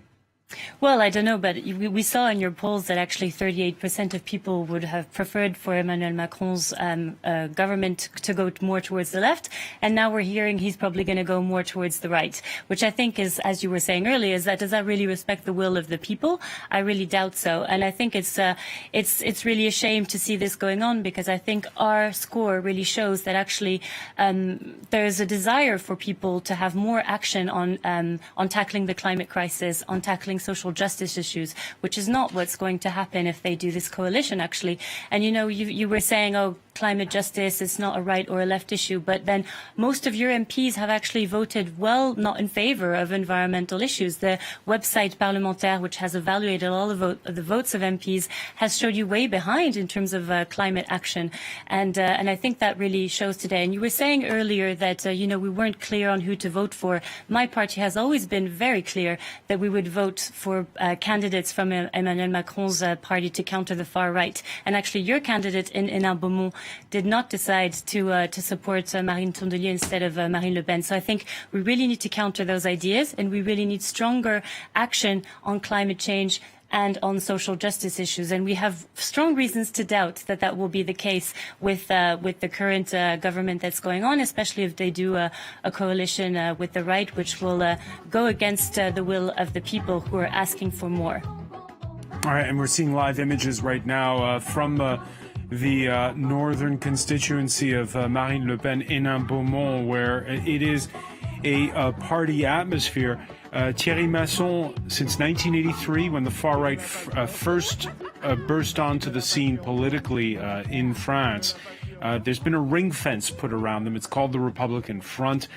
When the Prime Minister, in that first speech on election night a week ago for the first round, seemed to put the left and the far right in the same bag, did she make a mistake? Well, I think the first person who attacked this cordon sanitaire was Jean-Luc Melenchon. It was the first time in 2017 that a political leader decided not to call for the opposite against the national rally. That was the first time in 2017. It took 3-4 days to finally say that they should vote against the national rally, not pronouncing the name of Macron. That was exactly the same thing in 2022, where he did not actually ask for to the people to vote for Emmanuel Macron. So I think the responsibility clearly in their camp. Second thing, there was a mention of the member of the presidential majority who would be against the environment because of this parliamentary study. This parliament study was taking amendment from MPs from the Nupes, and the vast majority was tabled by them, and found out that the Nupes people voted in favor of it. So I don't think it's any argument to say that the majority is against. We have passed several legislation in favor of climate, and certainly this study has been biased in many aspects. Mark Proman? Just a result that we're getting. We're on the national rally. We're getting a result from Julien Audoul, who is elected 55.8%. Just an illustration of the historic performance of the national rally tonight. And just before we cross to Alison Sargent, who is awaiting Marine Le Pen's speech, another result, an important one, from a government minister, Damien Abad, who has been tarnished by accusations of rape, nevertheless was re-elected in the region, in the department of Ain. And he will be able to remain in government if the government doesn't change. So he's one of the ministers who survives this very rough night for Emmanuel Macron's party. Let's now cross to Hénin-Beaumont. I imagine that Marine Le Pen must be all smiles, because people thought that she didn't really fight that campaign and that the outcome would not be the one we're witnessing tonight. That's right, Mark. We haven't seen Marine Le Pen herself arrive, but her supporters are in a very celebratory mood. They've been singing along to all of the music. They've been hugging. They've been shaking hands. They've been celebrating this result. I spoke to a couple of them. One of them said that they feel that the party really deserves this result. They say that it's a reflection of what's happening on the ground in France. They point out that the party really ran a boots-on-the-ground campaign. It was discreet, but it was very local. They were very present out at markets and such, speaking to voters. So all of that energy that really paid off, according to voters here. Vindication, as you mentioned, for Marine Le Pen. Also, she always said that Jean-Luc Melenchon would never succeed in becoming prime minister. She was right about that. She also said that Emmanuel Macron would not get his majority, and it looks like she was right about that as well. Marine Le Pen, who always tried to stay very realistic in terms of imagining what her own party's results would be, she was even criticized in the first first round for not being ambitious enough. Then for the second round, she said she was targeting 100 seats, and that seemed too ambitious because polls were, the predictions were putting her party between 20 and 45, and so that 100 seemed like a way of just drumming up enthusiasm, not realistic at all. But in the end, it turned out that she was right about that. She was sort of the closest, 89 seats, not so far from 100. We are hearing, we don't have an exact score yet, but we believe that, of course, Marine Le Pen herself was re-elected. It sounds like it was with a pretty high score, at least above 60%. So really the takeaway tonight is that the national rally's results have really blown everyone out of the park, and the supporters here are very, very excited. Alison, there's one argument that Marine Le Pen will have a hard time using, is that the electoral system is essentially designated to prevent the national rally from being present at the National Assembly. We're nearly 19 MPs potentially. You cannot really say that anymore. It's true. I'm going to be interested to see when I get to talk to party officials and party members what they have to say about that, because it's true that was part of why Marine Le Pen was so realistic and not ambitious, because she always felt like the system was against her, that at the end of the day, parties that didn't even like each other would vote against each other just to block the far right. It seems like perhaps this election has sort of torn apart that so-called Republican front. We'll have to look more in depth at the results, but it seems like one of the reasons that maybe the far right was able to break through so well in this election is because the competition between the other parties that usually would have ganged up on her party was so fierce that didn't happen, and that might have created an opening for the far right. So that's something that we'll have to look at with more analysis later on in the evening. Sargent reporting from Ensemble. Let me ask you, because you're smiling because your party should get about 80 seats in Parliament, which says a lot about where your hopes were, but you're still behind now the National Rally. They're clearly the main force on the right, in a similar way that one might say Jean-Luc Melenchon's party is the driving force on the left. Yeah, but come on, look at the presidential election. Tonight, if you told us after the second round of the president election that we would have now, this evening, 80 MPs at the National Assembly, you wouldn't have said it would be possible. So yes, it means that we had excellent candidates, very well, they did a very good job in their circumstances. And now we will have a big influence on the laws. And what Rachida Dati said is very true. In order to to respect the new parliament, a prime minister which would be closer to the ideas of the conservatives would make sense, because for the pension reform, for example, we want a real reform.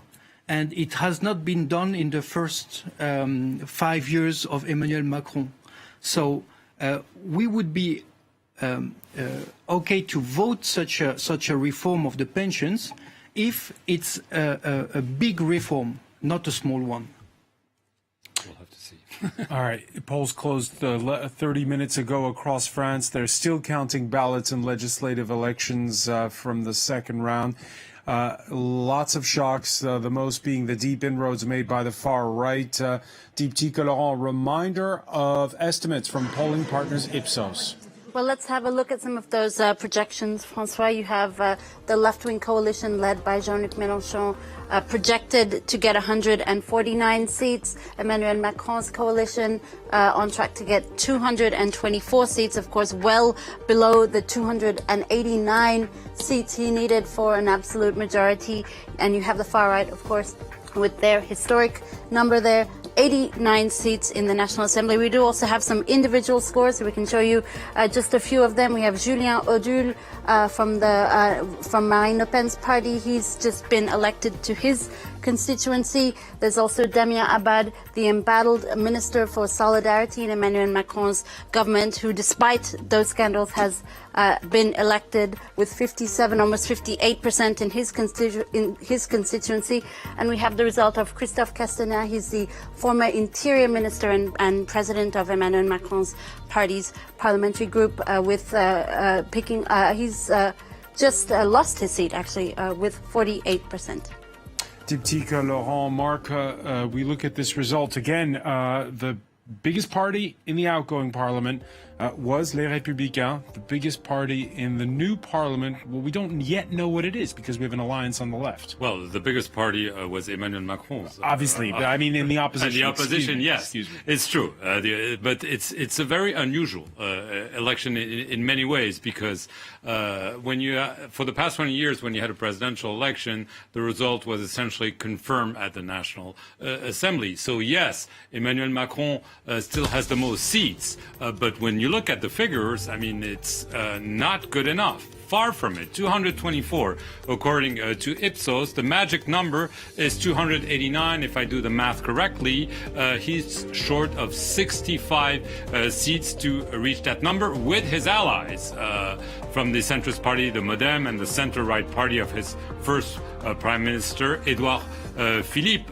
Then comes the new leftist alliance, 149 seats. Clearly a very good performance. Jean-Luc Melenchon was hoping that he would get an outright majority. I'm not sure he really thought that this could happen, but they become very clearly the main opposition in Parliament. The big performance of the night is clearly the National Rally. 89 seats. No one had predicted that.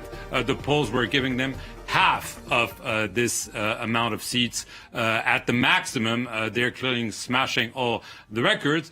And a good performance, last but not least, I should say, for the Conservatives, because they're expected to get 78 seats. They were around 100 seats, but they are now in a position to negotiate with Emmanuel Macron.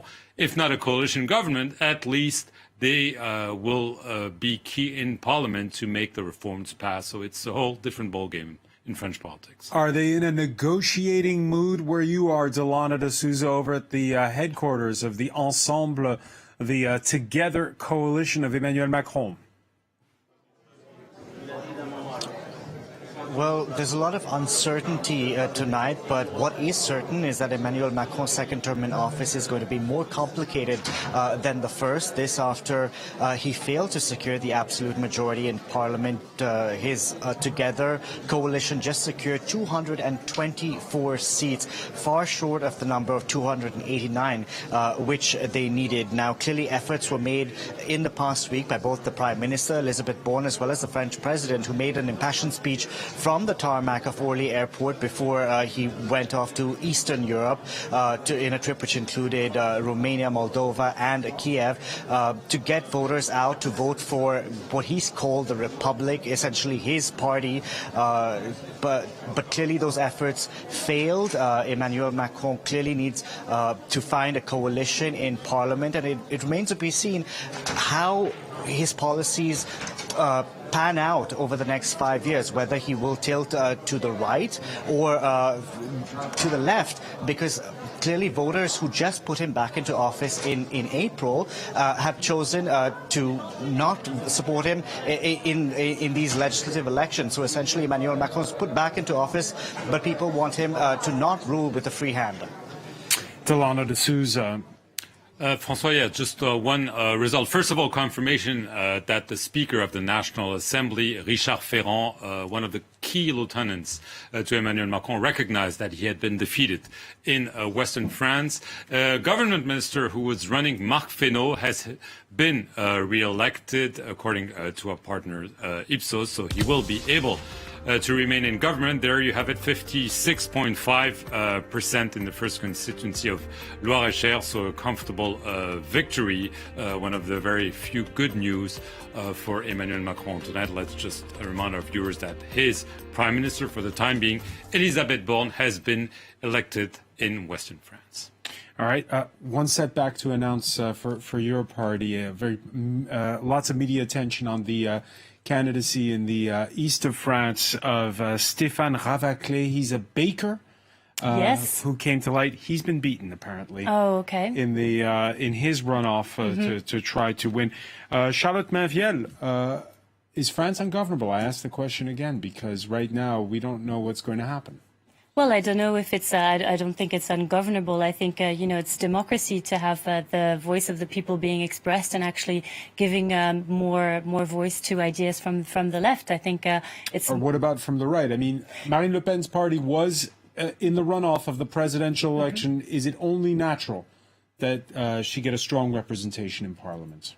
I think it's the will of the people, but I think it's a huge failure if we haven't been able to tackle these ideas and counter them. And I think really, I'll reiterate, I think not enough has been done to do that. There has been a government that has been using the discourse of the far right on multiple occasions, and I think that's really to be condemned. I'd also like to point out that Damien Abad has been re-elected, and we've seen, as you were saying earlier, that 2 women had accused him of rape. Now there's 2 more that have come forward. I think it's a huge insult to the voice of women to keep him in power. Actually, there's a very brave young student, 18-year-old Laura, who actually called Emmanuel Macron in the street and said, like, why are you putting people who are accused of rape at the head of the state? And he didn't dare to respond. And actually, what happened next? They sent the police to her school and said, you shouldn't be asking that to the president. There's lots of countries like in lots of countries like the ones that I'm looking to represent, French people who live, for example, in Scandinavia and countries like that, it would be unacceptable to have such a minister in power. So I think we really need change, and we need a change of government, and we need a change of government that reflects the fact that there's the strongest opposition is towards the left. Well, we're actually going to cross to the headquarters of the new leftist alliance. Cole Stangler, I believe you have a guest.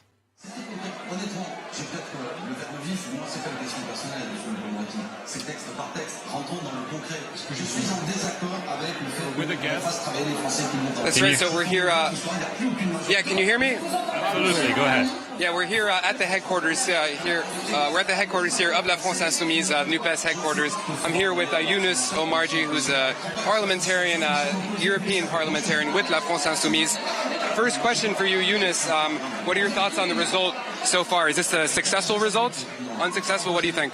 Yes, first, it's a big defeat for Emmanuel Macron because he don't have tonight a majority, and he have to build a new majority, but the extreme right is high too. So it's a big difficulty, I think, for him, and a big defeat. And for us, of course, it's a success because everybody say the left in France is a die. But now we see that the left is alive, and we are strong, and we will be very strong, and the new assembly. There's also a lot of people who say the Nupes, the New Popular Union Alliance, is sort of an opportunistic electoral alliance. Do you see this coalition lasting over the next 5 years in Parliament? Is this coalition going to last? Absolutely not, because we work on a program, and I see the French people have a trust with our program, and we have to continue this coalition, and I think since European election in 2 years. So maybe having a united ticket then in the next European elections that are coming up. Yes, I hope. And this coalition is not opportunist. It's a historic coalition because we work a lot about all measures on the program, and we see when we are united we can have a big result. That's right. Younous Omarjee, thanks for taking the time to talk here with France 24. We'll keep you posted throughout the evening, of course, as we have more of those results coming in. Yes, lovely. Cole Stangler, thanks. Thierry Masson, normally on an election night, by this time we've already been interrupted by speeches from the leaders of one of the parties, but these results are not what people expected. As a result, there is probably a lot of huddling going on in the back rooms at those campaign headquarters we've been reporting from. At this point in time, what advice, if you were whispering into the Prime Minister's ear? What do you say? What kind of tone? What kind of tone do you employ when you go out to address the French people? I think something we have to realize, because we've been talking a lot about potential alliance with the right and so on. An element that is important, I think, for people not living in France, comparing a bit the different systems. Why are we not talking about working together with the Greens or working together with the Socialist Party? Because there is something that has happened now, which is completely new, is that the Socialists and the Green have decided to surrender to the far left. And that's something which is completely, does not exist in other countries. So in Germany, for instance, the Socialists decided to make an alliance with the Liberals, leaving Die Linke aside. The Portuguese decided to let the far left party on the side to govern on their own. What is happening now in France is something which is extremely sad for the French politic, because the point of equilibrium in the left went really to the left, which makes the situation, if everything is confirmed, more difficult. We're seeing live images of Marine Le Pen arriving in her constituency in Ensemble in the north of France, probably to celebrate her victory and especially her party's victory.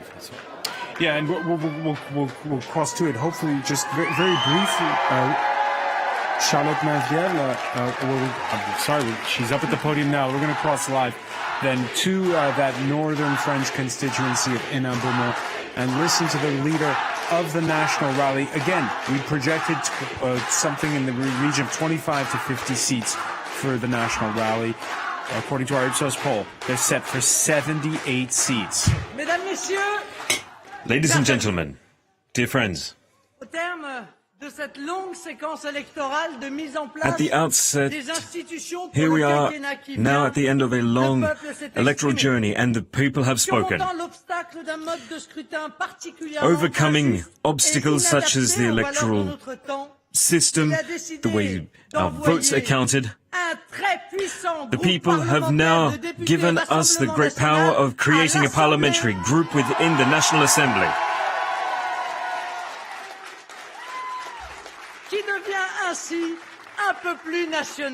And now, the National Assembly is a bit more national than it ever has been.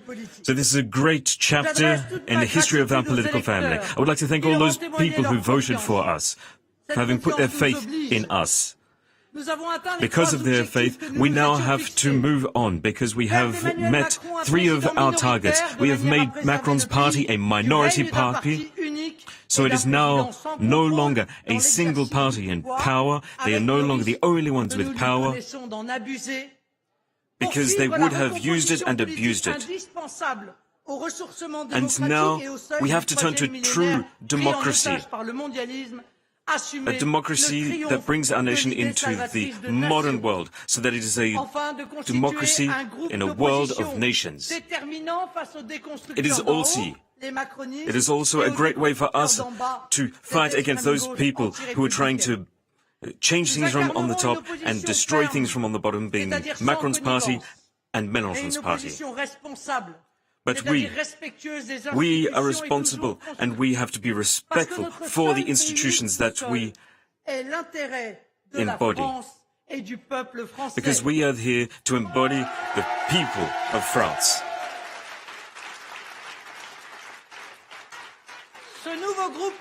So the new parliamentary group, a national Republican parliamentary group, will carry forward the ideals of the national rally. We will be there to represent all elected officials who wanted to join us in building our nation back up and putting it on its own 2 feet. The dozens of parliamentarians who are members of the National Rally, who are first and foremost citizens, they will be there in the parliament to defend your ideas, the beliefs that you have on immigration, tax, on the forgotten communities, the mistreated people who live in our societies. We will defend everyone.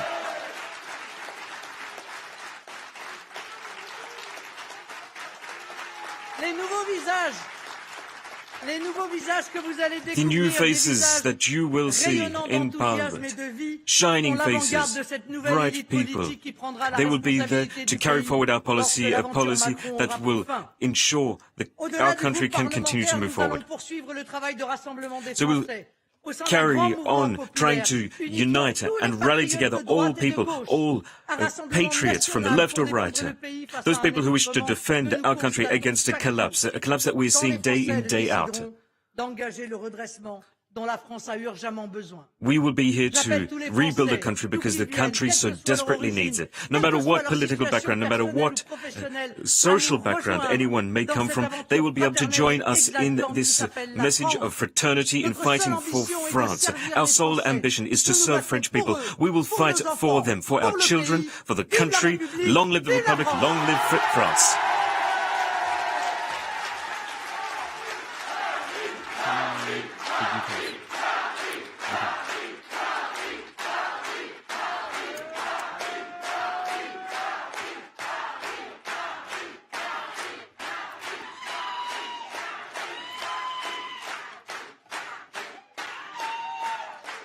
Allons enfants de la patrie.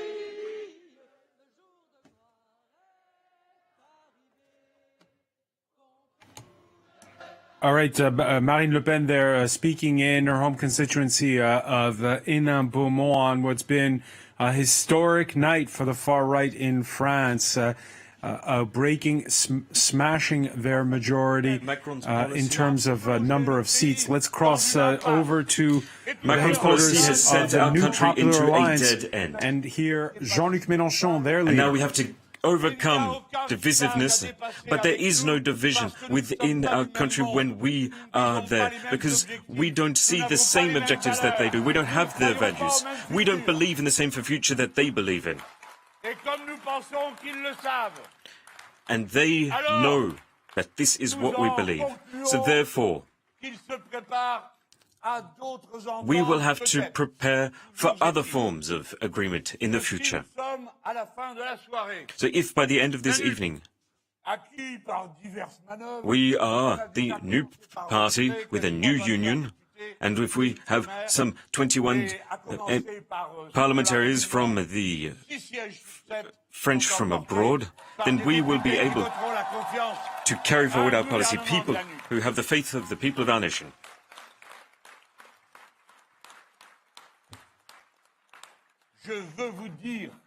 Let me say to you tonight that anything is possible and you have the power. As for me, I'm moving on to another fight. And yet, my commitment will truly remain until my dying breath, the one to be there to support you.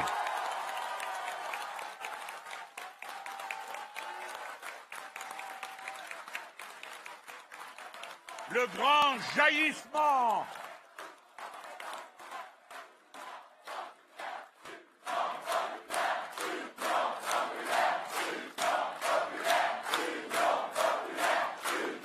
Oui, le grand jaillissement de l'histoire. Yes, this is a great time in history, where a France of rebellion, a France of revolution is breaking forth. We're breaking forth and we are showing our faces. It is a face of a collective, united, popular movement. The most toughest challenges await you, be it climate change, be it the grand financial crisis that we are facing. From all sides, we will see great challenges coming towards us.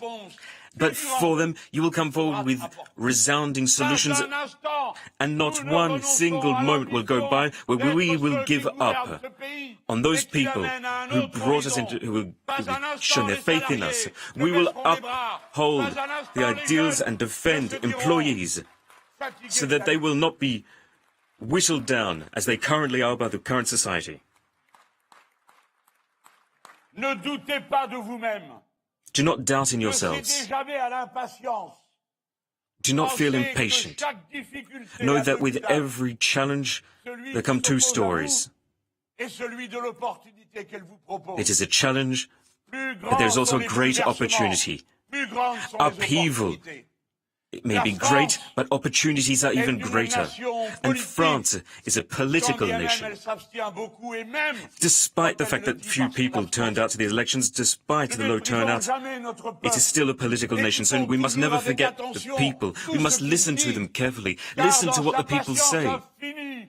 Because even though they may be impatient, that the people of France, they can still show that they can decide, that they can make headway. And what we've seen tonight, and what we will see tomorrow when you wake up, maybe you will have a majority at the National Assembly, or maybe you will be the leading parliamentary group at the Assembly. And no mingling in the back corridors of political parties. None of that will take us away from power. Long live France, long live the French Republic.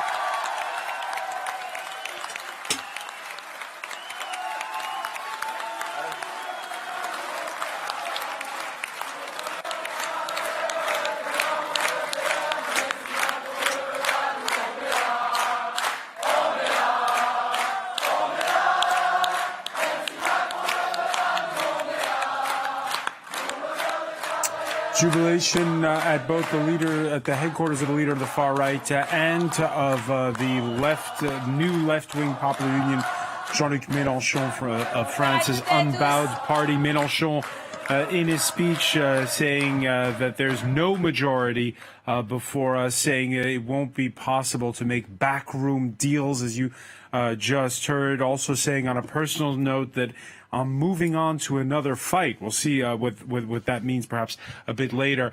Mark Perlman, I don't recall an election night of recent date where you had the two leaders of the major parties overlapping in their speeches. Usually one kind of checks the TV monitors and waits for the other to finish. Well, maybe they were starting for the other to begin to show who is the main opposition, because they both agreed on one thing in their speeches. This is a defeat for Emmanuel Macron, and they believe that they were the main reasons for the defeat of the presidential party. It's true, according to the estimates, he's far from getting a majority, an absolute majority, and they're both claiming the mantle of the number one opponent in the number of seats. Clearly, the leftist coalition is ahead, but no one would have bet on such a performance by the national rally, and they're both saying, okay, we're going to be a strong opposition in parliament, and this is going to be very, very different from Emmanuel Macron's first term. We can now actually cross to the headquarters of the new leftist coalition. We just heard Jean-Luc Melenchon seemingly maybe waving goodbye to politics, as François just mentioned. He said, I'm moving to another fight. Maybe you shouldn't always trust politicians when they say goodbye, but this is nevertheless a very good night for this new leftist alliance, because very few people would have bet that they would get around 150 seats just a few weeks ago. Yeah, that's right, Mark. In many ways, that speech that we heard from Mélenchon was sort of vintage Jean-Luc Mélenchon. You heard that sort of soaring rhetoric. I could hear you listening to the English translation, flanked by really the members of this coalition, so the Greens, the Communists, and the Socialists, along with La France Insoumise. An alliance that seemed really unthinkable, even during the presidential election. They didn't unite, but here they've achieved this pretty significant result. As you mentioned, Mélenchon pretty cryptic about his potential political future. Still also not really conceding a defeat yet in terms of who's going to have a majority in parliament. They seem to think things are still up in the air. At least that's the position. That's what we heard from Mélenchon. But we have seat projections showing that the numbers are showing an advantage to Macron. In any case, sort of vintage Mélenchon speech revving up the supporters, and they feel like they've done a very good job just by getting to this point, getting to the point where we're having a conversation about them being the main opposition force. So we'll be keeping you posted throughout the evening, hopefully talking with some other leaders here of that left-wing alliance as the evening goes on. Paul Stengler, thank you very much. Now let's cross to Ensemble in the north of France, where we just saw a beaming and triumphant Marine Le Pen. Alison Sargent, you're with a guest. That's right, Mark. I'm with Arnaud de Rignier, a member of the National Rally and a member of the City Council in Carvin, which is the second biggest city after Ensemble in Marine Le Pen's constituency. Arnaud, let's just start with your reaction to these historic results. It's really, really incredible. We didn't expect this because we just had 8 deputies before. Now it's something like 90. I never saw that before, even in the 80s. When we had something like 30 or 35 deputies. it's really incredible for us. And why now? Why do you think that this was the election that you managed to break through like this? Well, I think that we can bring together many people around vote for National Rally. And now we can have more than 50% in many constituencies. It's changed a lot than before.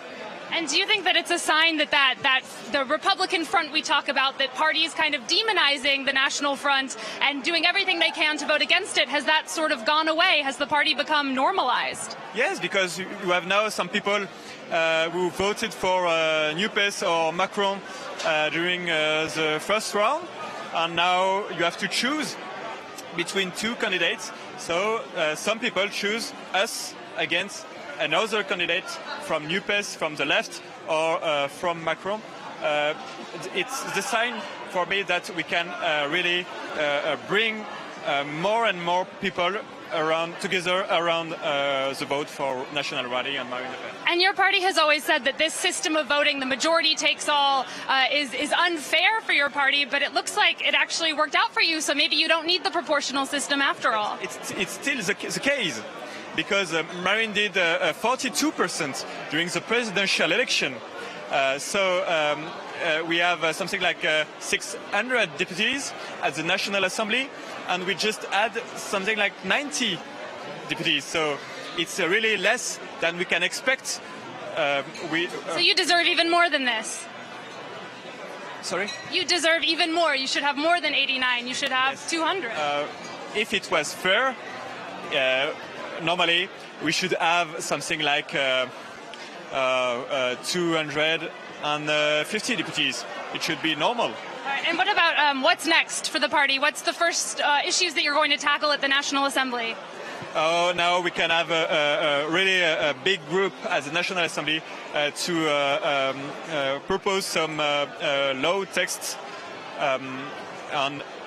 for example, against Islamism. And also we can challenge the Constituency Courts. Yeah, the Constitutional Council. Yes, yeah. Constitutional Council, sorry. About some law texts that we think that they are bad about the constituency. Is Islamism really the most important thing to voters, do you think? Not cost of living? Aren't there other more pressing issues for France? Yes, also cost of living. You have right. Because Marine did many propose some lot of things for the cost of life. For example, against the price of energy, the electricity, and also gasoline, the gas, for example. She said that we can have low taxes. All right, Arnaud Derignier, thank you so much. A member of the National Rally and a member of the City Council here in the Pas-de-Calais, commenting on that historic result that, according to party members, should be even higher if the system were fair. All right, Alison Sargent, many thanks. Alison Sargent reporting from Marine Le Pen's home constituency. We have more results, Mark Perman. Yes, apparently one of the top ministers in Emmanuel Macron's party, the minister in charge of the transition, the green transition, Amélie de Montchalin, is beaten. She was facing a candidate from the leftist coalition, Jérôme Guedj, in a region very near Paris. It was a very close race. We still need confirmation, but this would be a major blow for Emmanuel Macron's party, because she was really in charge of a very, very important ministry, and she could be out, because the rule is if you lose tonight, you cannot stay in government.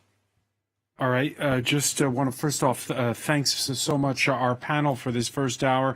Green candidate Charlotte Manviel, who doesn't yet know. No, not yet. Whether or not she is re-elected in that constituency for the French abroad from Northern Europe. Thierry Masson from Emmanuel Macron's Renew Party, representing Belgium in the Benelux, actually. Benelux. Oh, sorry. Belgium, the Netherlands, and Luxembourg. And French Senator Ronan Le Gleu, in a position to play kingmaker, perhaps, with the Les Républicains party. Thank you for being with us during this hour. On election night, the clock has struck 9. Polls closed 1 hour ago, and the runoff runoffs of France's legislative elections, and Emmanuel Macron will not get an outright majority in the next parliament. He now has to search for a path to govern. Deepen, Laurent, remind us of what our estimates are from partners Ipsos. Well, Emmanuel Macron's party is on track or projected to get 224 seats, well below the 289, which is really that magic number that he hasn't gotten or is not projected to get. The left-wing coalition led by Jean-Luc Melenchon, they're on track to get 149 seats, and it is, of course, the far-right National Rally Party who really are celebrating tonight with their 89 seats, their historic number of seats in the National Assembly. And, of course, it'll come to this number here, the 78 seats that the Conservatives are projected to get. That could be a big decider in whether Emmanuel Macron gets to that 289 seats. We do have some individual results as well. We have the Minister for Solidarity, Damien Abad, who has been elected to his constituency with almost 58%. There's also the Prime Minister, Elizabeth Borne, with 52%, who's also won her seat in her constituency.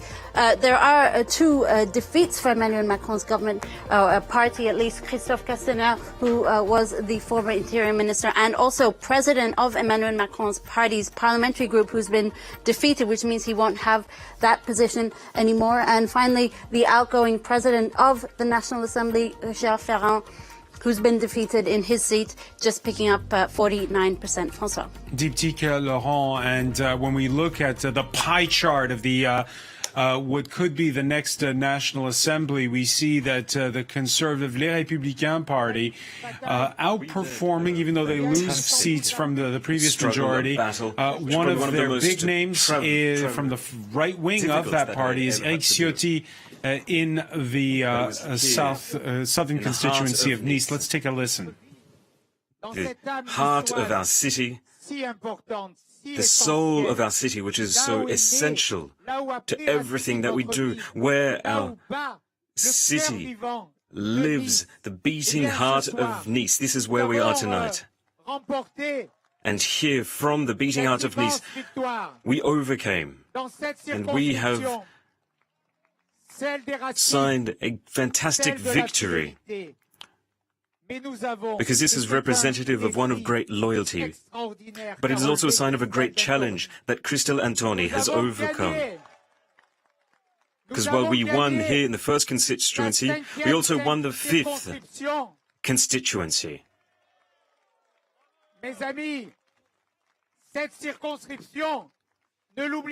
So, dear friends, we must never forget that Christian Estrosi has held on to that constituency back ever since 1998, but we have won it. So I would like to say to the President of the Département, I would like to say to him that tonight I believe that for those people who wanted to try and distort our département, well, they can run home weeping. Because yes, we won. We won our constituencies here in Nice. So I'd like to thank you from the bottom of my heart. To each and every one of you, I thank you. And tonight I would like to speak from the heart. I'd like to speak of the bonds of friendship, loyalty, of truth, of sincereness, that for so many years have kept us together. We started in the Rue Cassini back in 2007, and since that day, we have never tired, and we have continued from Les Républicains party. He tried to get his party's nomination for president and failed. He's from the right wing of the conservative Les Républicains party. He's re-elected as member of parliament in that constituency in Nice on the French Riviera. Mark Perman taking a few digs at the other baron of local politics there, Christian Estrosi, the mayor of Nice, who's changed camps and is now with Emmanuel Macron. So politics not for the faint-of-hearted in Nice. I want to welcome at this hour with us on set is, can I say it, re-elected member of parliament, Roland Lescure, representing the French abroad in North America. Congratulations, Well, thank you. I've just read, and from what I believe, there's quite a good score for most of our candidates abroad. I haven't seen everyone yet, but I believe we're re-elected in Northern Europe, in Belgium, in Eastern Europe, in Latin America, and in North America. And I believe that Meir Habib might have been defeated, and Deborah Alien may have won in Israel, Turkey, and Greece. So this is a good night for at least French living abroad and the majority. What about the French living here? It's not a good night. Well, yeah, I mean, it's not the great night we expected. It's not a horrible night either. That's, you probably heard Jean-Luc Melenchon earlier. His ability to transform a defeat into apparent victory is unheard of anywhere else in the world. We are ahead.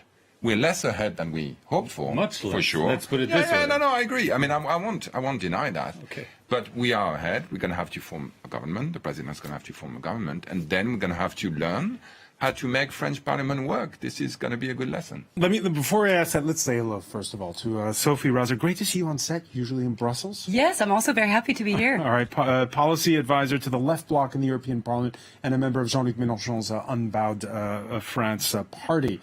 Welcome as well. Welcome back to Mathieu Douaret from our polling partners.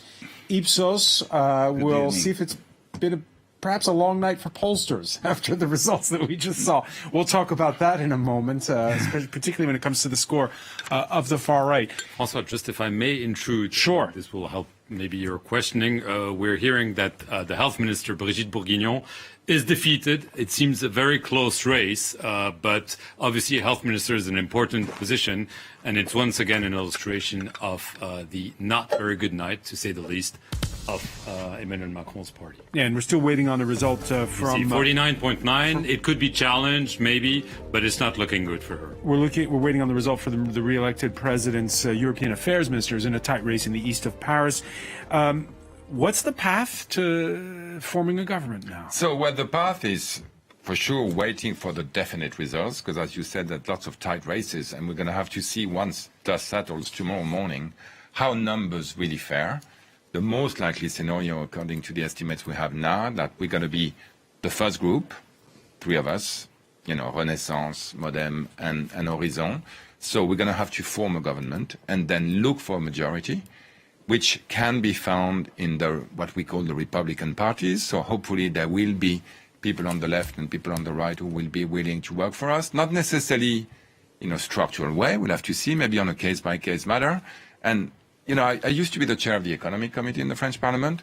We've been doing that for 5 years. I had a lot of laws that was passed in my committees, 9 out of 11, that actually went through all the way to the Senate with an agreement, working with people on the left, people on the right. So we know how to do this. It's going to have to be obviously more structural, more systematic, and we're going to have to find allies on a case-by-case basis. But I'm sure we can do it. So you think that with a projected, according to Mathieu Douaret's outfit, standing of 224 seats, remember, the magic number for a majority for any bill to get passed is 289 to get a vote of confidence. You think that on an ad hoc basis you can govern? It's going to be a shared responsibility. We're going to have to address this responsibility, which is, raise the hand and reach out to people who can vote some laws with us, and then the other groups are also going to have to face their responsibilities. When I hear Jean-Luc Melenchon's speech earlier, I doubt very much that he can, but he's not going to be in Parliament. At the end of the day, there are going to be members of the French Parliament who hopefully will be able to work with us. Otherwise, it's chaos, which I believe he didn't want. As he said, Macron is the chaos. Well, let's make sure that the Parliament works. We're willing to make it work anyway. Is it better to have a situation where you compromise all the time? Is it possible, Sophie Rauser, there was a precedent for this, 1988. There was a minority government which worked with a lot of ad hoc arrangements, sometimes railroading through legislation, but a lot of ad hoc arrangements. Is that possible in 2022 when politics have become a lot more polarized? Yes, and it's definitely a good thing that the parliament is a bit more polarized, because the victory tonight is the fact that Macron's people do not have the full majority. This is historic. Tonight, the power returns in the hand of the National Assembly. Tonight, it is the end of the Republican monarchy by Macron. So he will have to talk with the parliament, which is something every other parliament around the globe is used to do, but something that under Macron past 5 years, he was not doing. So this is a good momentum we're leaving, and we're going to have very, very interesting moment in the National Assembly where he will definitely have to, get rid of this pension reform, for instance, and trying to articulate a bit the social injustice that this country is seeing through. And I think one of the reason why the Rassemblement National, the extreme right, is so high tonight in the poll. I mean, it's a victory for us. On the left, we have a huge number of seats, and this is a very good result, but the fact that the Front National people have much more seats than ever in their history is a result of the policy of Macron, is a result of social inequality that Macron has raised. It's a result of the law on separatism, on the law on global security that have, targeted Muslim as part of the, scapegoat of this country. So I think he should a bit, look a bit what's happening on the extreme right and bring back a bit of social justice and legislation to the House. You mentioned the extreme right. We've just gotten an update from your outfit, Ipsos, on the number of seats. And again, as the evening wears on, these estimates become hard results. And we can see that we said 89 seats for the far right. And now it's 85, yes. 85, which is still, remember, as Mark Perman was saying, before their highest number ever was 35, dating back to 1986 when you had proportional representation. All the oppositions are slightly crumbling a little bit, and we have Ensemble slightly higher than at 8 p.m. But 230 doesn't get you to 280. No, not at all. And so where I agree with you is that we have definitely returned to a more parliamentary regime. That is a fact. And it's what the French want? This is a very good question. I'm not sure yet they really realize what it entails for them, but the ones, for example, who were in favor of a more proportional election will probably be quite satisfied to see that in the end, what we come up with tonight is pretty similar with what we could have had with the type of electoral systems that are used all around France. If you look, for example, at how many seats go to Renaissance, how many seats go to LFI, how many seats, France on vote, sorry, how many seats go to the National Rally, and how many seats go to smaller parties, you see that basically the differences we had at the presidential election are more or less accurately reflected by their current standing. The only difference is that we've got kind of a majority premium to both Renaissance and Allies, okay, and one which cannot be democratically justified at all for the Republicans, which is entirely due to the fact that they poll particularly well in very rural and aging neighborhoods. But this overrepresentation of that's the rural system, and elderly voters, it's done by district. Let me ask you maybe a little bit bluntly. I mean, clearly, you did not predict that Emmanuel Macron's coalition would be that low, and you certainly did not predict that the National Rally would get 85 seats. I mean, how is that possible? No. The first is true. The second is not that true.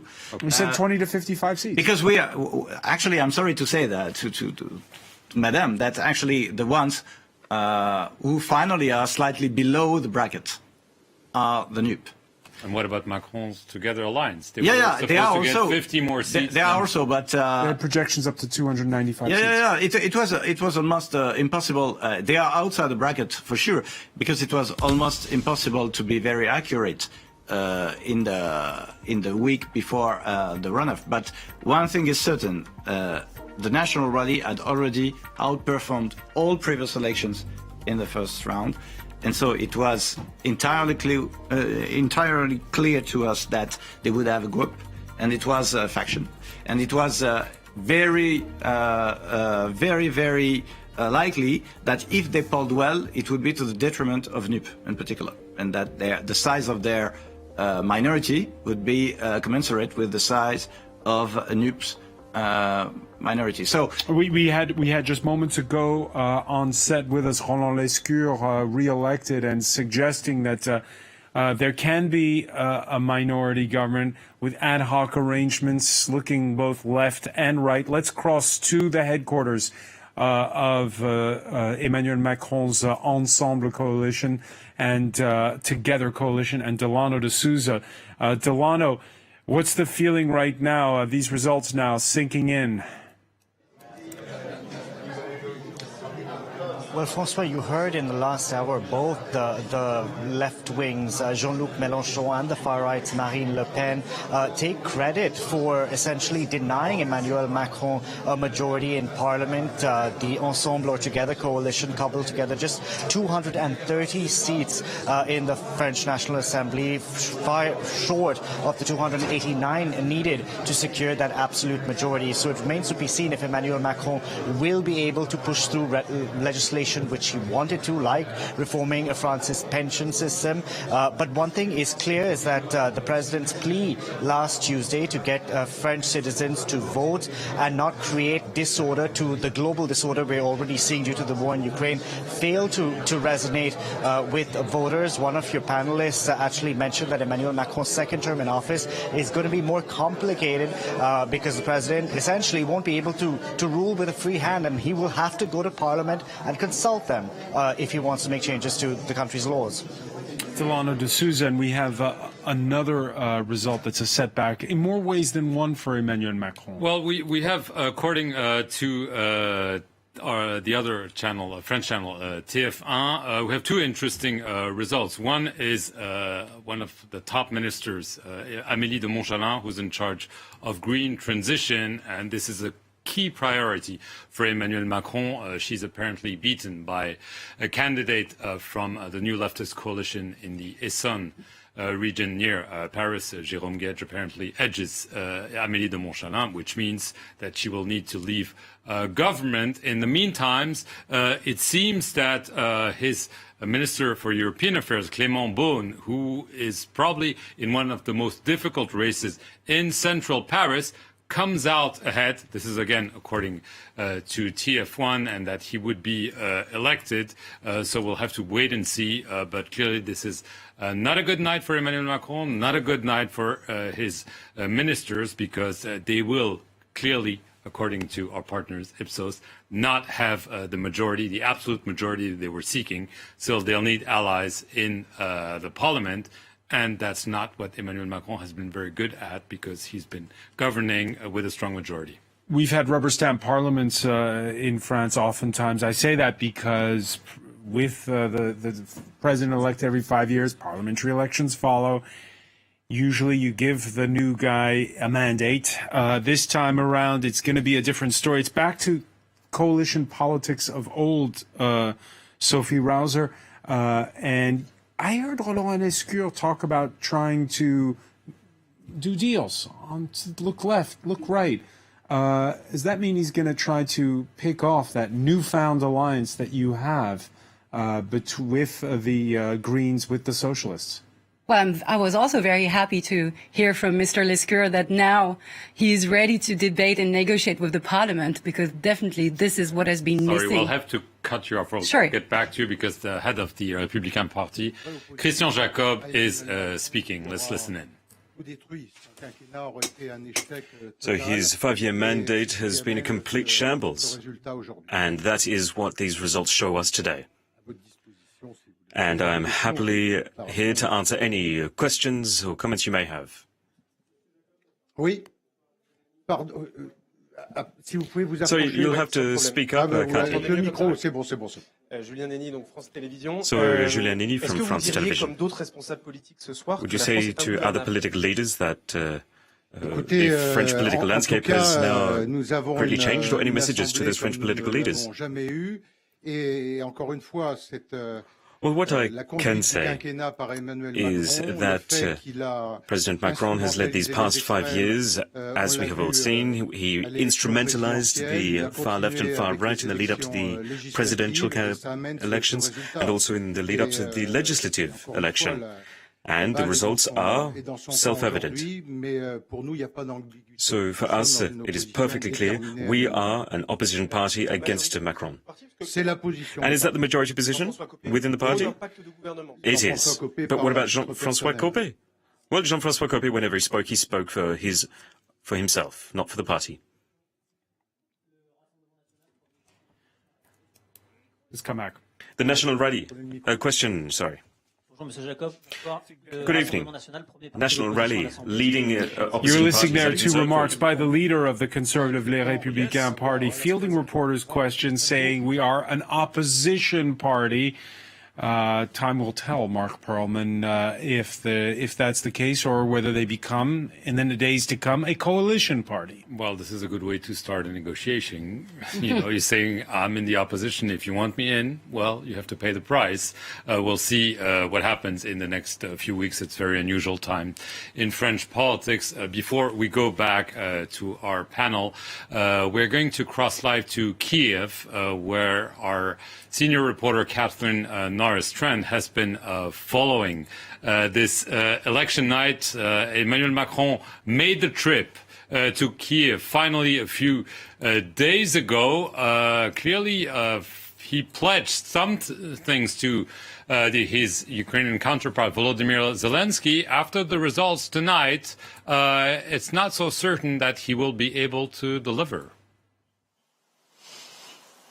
No, and that's something that politicians here in Kiev and military leaders will be watching very closely. Of course, there's been no official reaction so far. Ukrainian officials aren't going to comment internal French politics, but they will no doubt be concerned by this setback for Emmanuel Macron, given that the pledges that they just got out of Macron during his visit to Kiev, pledges which they thought had already taken too long to come and were perhaps not enough already. So any signs that he could have setbacks in governing, could have difficulty delivering on his promises, that there could be any change of policy, will be very worrying indeed for the Ukrainian government. They've said many times they want weapons, they want artillery as soon as possible. So this is a real priority for them. And we've had, today in a newspaper article, the Secretary General of NATO, Jens Stoltenberg, saying that this war could last for years and that Ukraine's allies are going to have to be in this for the long term, and they're going to have to keep on sending more weapons. So if there is disagreement within the ranks of the French government, if there are delays in Parliament because of these election results, that could be bad news indeed for that kind of strategy. There's also a bit of concern here in Ukraine about Marine Le Pen, one of the only other French politicians that most people have heard of here because of obviously her links, her meetings, friendly meetings with Vladimir Putin of Russia, and comments she's made before on Ukraine, especially around the illegal annexation of Crimea back in 2014, which she supported, saying that that referendum was legal and that Crimea was part of Russia. So a rise for her party, even though they are in opposition, is a worrying sign for people in Ukraine. So they will be looking at these results ever more closely as they come in and get confirmed. Catherine Norris-Trent in Kiev, thank you so much. Sophie Rouser, you were interrupted by Christian Jacob, who said, we are in the opposition. Yes or no? He said so, yeah. Do you believe him? Let's see what happens in fact, because we all know that Macron will be looking for some allies, probably to the Republican, for passing through his pension reform. Not you. For the pension reform, we've been very clear straight from the beginning. What we want is the retirement age to go back to the age of 60 years old, and this is part of the coalition agreement on paper signed by all the different political forces forming the Nupes coalition. So for us, it's very clear that on the pension reform, the one that Macron wants will not go through with our votes. Now, at least if he goes for the Republican, it will clarify the political line of this movement. He was always saying that he's center, sort of center. And then just another thing, because something that was not clarified throughout the legislative campaign, it's the position of the government towards Rassemblement National, the extreme right. You might remember that in Marine Le Pen's constituency, where she was now re-elected, the En Marche candidates did not call to support for Nupes. And worse than that, what she said was, I recommend citizens to vote blank. So between the extreme right and the coalition of the left, Republican forces, she has chosen to give that indication. So now in the National Assembly, you might remember that one of the major power that you can get there is the Finance Committee. And if you chair that Finance Committee, you have huge powers over financing, budgeting, everything. And now this position should be going to the major opposition, which is us as a coalition, so, and not, you know, a political party else. Sophie, your reaction, what you heard from Catherine Norris-Trent, is this a result of bad news for Ukraine? I don't think so, because on average, the whole French political landscape, if I put aside the Rassemblement National, is more or less defending the candidate status of Ukraine. Now you have. But what about candidate status? Right now, they need ammunition, they need weapons, they need the backing of countries that produce arms like Macron France. is still the president of France. I'm not denying this, and but Melenchon was not so much in favor of sending more weapons to Ukraine. But we were not elected in the presidential election, contrary to what Macron people say. We don't deny this. He will be the one sitting at the head. Are you personally in favor of arming Ukraine, of supporting Ukraine in the face of Russia's invasion? We're currently supporting Ukraine with defensive weapons, okay? I think the question now is not how much more weapon do you send to Ukraine, but how do you solve the crisis and how you make sure that Russia remains around the table to negotiate for a peace solution for everyone. So it's not a question of how much more tanks and arms and bullets you can send, you know, it's really the question of diplomatic work, you know, and diplomacy, you might remember also, this is something that Macron has deeply reformed and almost destroyed. So now I'm more or less counting on ally in the rest of Europe to make sure that we can get to a peace solution for Ukraine. A peace solution means negotiating with Vladimir Putin right now, even though he's taken over large swathes of the Donbass? In every conflict situation and war situation, unfortunately, you have to negotiate with the oppressor. Dave Keating is our correspondent in Brussels. Emmanuel Macron, when we saw him in Ukraine just this week in the company of his German, Italian, and Romanian counterparts, he seemed like the leader of Europe, even more so than the German chancellor. Listening to the conversation here after this surprise result, what with the huge inroads for the far right, and with Macron losing his outright majority, what's the mood where you are? Yeah, for sure. I mean, this is a blow to Macron's ambitions for Europe, and it does dilute the power of his voice here in Brussels. And certainly people here in Brussels will be very worried by that larger than expected win for the far right in terms of the number of seats. However, the worst case scenario for Brussels has been avoided, which was any type of cohabitation. It doesn't look like that's going to happen. And the most likely scenario, it appears at this early stage, is possibly a coalition with the center-right, and that will have implications for EU lawmaking because it will mean that we'll have center-right ministers in the Council of the EU who will be voting on EU legislation. However, those ministers will be, if we do have a coalition, those ministers will be part of a coalition with Macron's party, and the two sides, the president and the ministers, will be on the same page. They will have set a coalition agreement, which the other scenario, if you had a cohabitation government where you had ministers opposed to Macron, that could have been very, very messy for EU lawmaking in that upper chamber of the EU's legislature. So at least that's been avoided from the Brussels perspective. However, as these talks now continue, of course, we're in very early days, what kind of majority we end up with in the parliament, if we even have a majority, maybe there'll be a minority government, that could still end up being quite messy and still end up with some kind of separation between the Council of the EU's legislative work with ministers and the president, Emmanuel Macron, sitting in the European Council of the 27 national leaders. Dave Keating reporting live from Brussels. If you're just joining us here on France 24, it's election night after 2 rounds of presidential voting. It's the runoff of the legislative elections. Emmanuel Macron re-elected as president, but it's going to be a very different 5 years. By, as you can see, by the makeup of our projections from partners Ipsos. At the big board is France 24's Deeptika Laurent. Changing. These are the latest estimations from our polling partners. Ipsos, the left coalition led by Jean-Luc Melenchon projected to get 149 seats. Emmanuel Macron's party projected to get 230 seats. That's still well below the 289 that he needed for an absolute majority in the National Assembly. The other number, of course, is the National Rally's 85 seats, a historic record for Marine Le Pen's party. Let's show you some of those individual scores. And Brigitte Bourguignon, she's a health minister. Well, she's lost her seat in what was a pretty tight runoff. And indeed, if Macron is holding on that directive to his ministers, she will lose her ministership because she's lost her seat. Elizabeth Borne, the Prime Minister, winning her seat, though, 52% in her constituency. And then you have, of course, Marine Le Pen pretty decisively winning her constituency by about 61%. Her spokesman, Sébastien Chenu, also winning his constituency in the north of France. François. Diptyque Laurent, who will be checking in throughout with more results. Let's cross now to France 24's Yenna Lee, who's in the southern city of Nice. Yenna, we heard the leader of the conservative Les Républicains party say a few moments ago that we are an opposition party.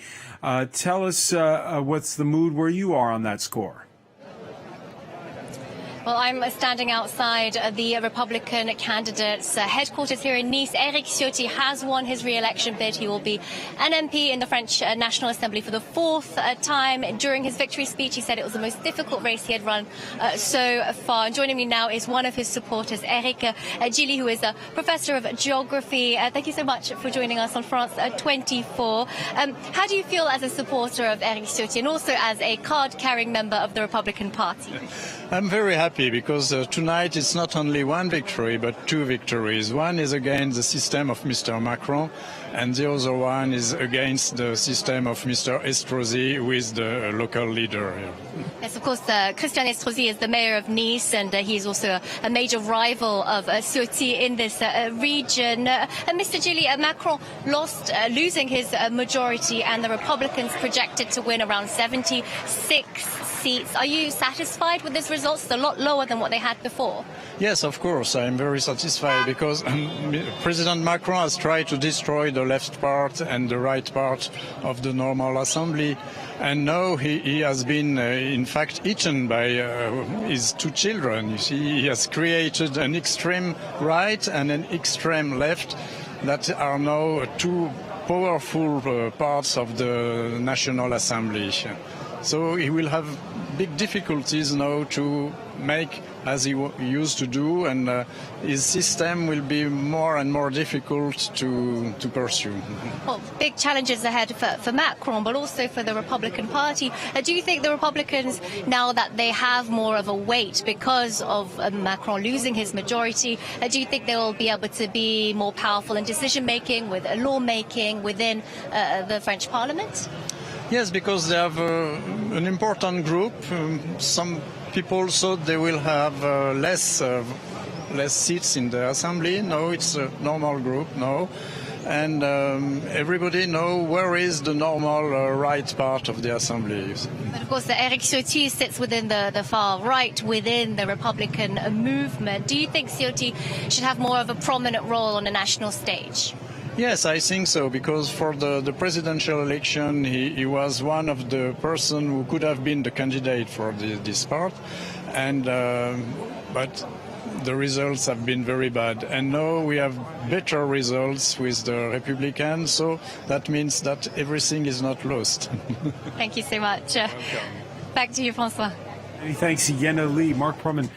I get the feeling it's not the last chapter in that fratricide battle between the mayor and the now re-elected member of parliament down in Nice. Yes, it's been a long-running dispute between them. It's got legs on it, as they say in journalism parlance.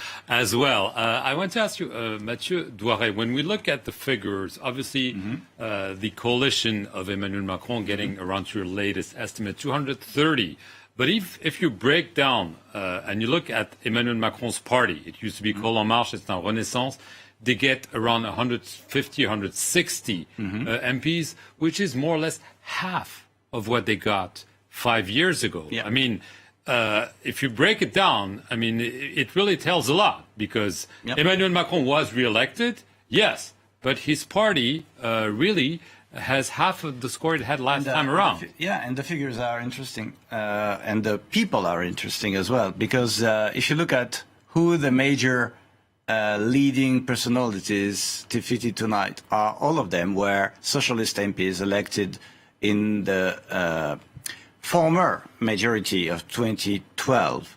And actually, it clearly illustrates a shift to the right of the axis of this majority, because you have also seen that the incumbent MPs who had previously been elected as Republican MPs, like Damien Abad or Mr. Riester, etc., and Darmanin, etc., they are been very comfortably re-elected. So this is also a clear illustration of the fact that what has been a constant shift all along the 5 years of this previous mandate is now illustrated by the very composition and structure of the parliamentary party. And Horizon is doing not extremely well, but 27 is enough to have... Horizon being the party created by Emmanuel Macron's first Prime Minister, Edouard Philippe, who hails from the Conservative. Absolutely. And Modem, who is, I would say, Mr. Bayrou's personal retinue, centrist leader, yes. as the extreme center, retains 45 seats, which is a good also illustration of how different they were from their allies in La République En Marche, by being people of the old world, as we say, very often like Mr. Fesneau, also successfully re-elected in the center of France. They were people from the countryside, elected at local government level first, then in municipal government, and finally MPs. And they, in a way, owed less of their electoral mandate to Macron than the ones who have been defeated outright. Or they were not standing like Mrs. Bourguignon, for example, in constituencies which had or Mr. Castaner, for that matter, or Mr. Ferrand, constituencies which were particularly leftward at first, and had only been conquered, I would say, in 2017 because of the rallying of their incumbent MPs, but had no particular, I would say, proclivity toward the center-right. Because what we clearly have tonight is a clear center-right majority. I already told you the same 1 week ago. How does it break down? How does it break down number of votes? In terms of votes, it doesn't really make sense because we have very different teams. I mean, is this an accurate snapshot of what the French want? Because you had a survey that showed they preferred if the next government perhaps governed a little more to the left. It's very... And yet, we're going to get more to the... I mean, we spent... a lot of that election campaign was talking about the pension reform. People didn't want the retirement age raised to 65. Okay, so you have many different ways of looking at things as they are, because obviously we have a very fragmented political landscape. So you can say, yes, majority, a plurality, was leaning towards a more social left-wing policy, 38%, but at the same time, 53% rejected the cohabitation, and 60% were satisfied with the idea that Ensemble would be the leading party, but not with an overall majority. So, yes, probably the current outcome is very close to what people first predicted and probably also wished. Mixed signals from the French electorate, according to our Ipsos polling, Mark. Yes, it's true. Maybe we can bring up the chart of what we just saw about where voters want Emmanuel Macron to go in the second mandate. 38% would like him to govern with more left-leaning policies. A similar proportion would like things to remain the same, and only 25% would want him to govern more towards the right. I don't think we can see the chart, but you just heard the numbers. So it's quite interesting to see that clearly there's an undecided position here. You finally have the numbers. We'll see whether Emmanuel Macron listens to this or if he has to essentially deal with the hand he's been given by the voters tonight, which is a minority clearly in Parliament. And this is the first time, I should remind our viewers, that this happens since 1988, where you will have only a relative majority for the governing party in Parliament. And the situation was quite different in 1988 because the sum of the socialists and the communists was an overall majority. So at least at that time you could say that France was slightly leaning on the left. Actually, the difference in seats was far smaller in 1988 as well. It was 275 for the president, 271 for the defeated Prime Minister Jacques Chirac. So actually, the situation is completely different. We have a far clearer lead of Ensemble and a smaller number of seats.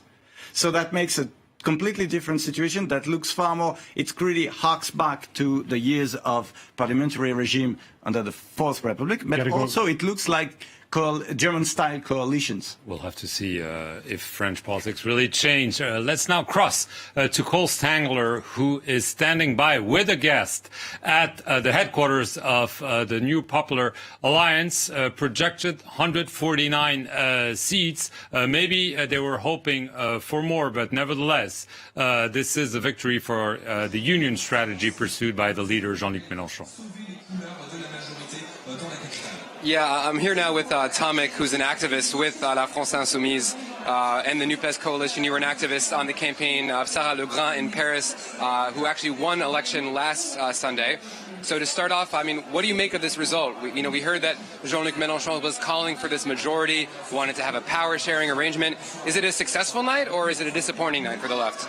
Well, we still don't have the full results, but we can say that it's still somewhat of a successful night, considering the fact that France Insoumise MPs have multiplied by 5 from 2017 at the National Assembly, that the Greens have managed to have a group because of a Nupes, of this alliance, that the Communist Party also and the Socialist Party as well. And of course the fact that Macron isn't sure of having a majority at the end of the night is something that shows that we've managed to make a good campaign. And it shows that the country doesn't want Macron to govern the country as he did during the last 5 years. So I would say it is still somewhat of a victory. One of the things that we heard Mélenchon say actually in his speech, despite this strong result for the left, was he talked about the low voter turnout, so the high rate of abstention, as we say in France.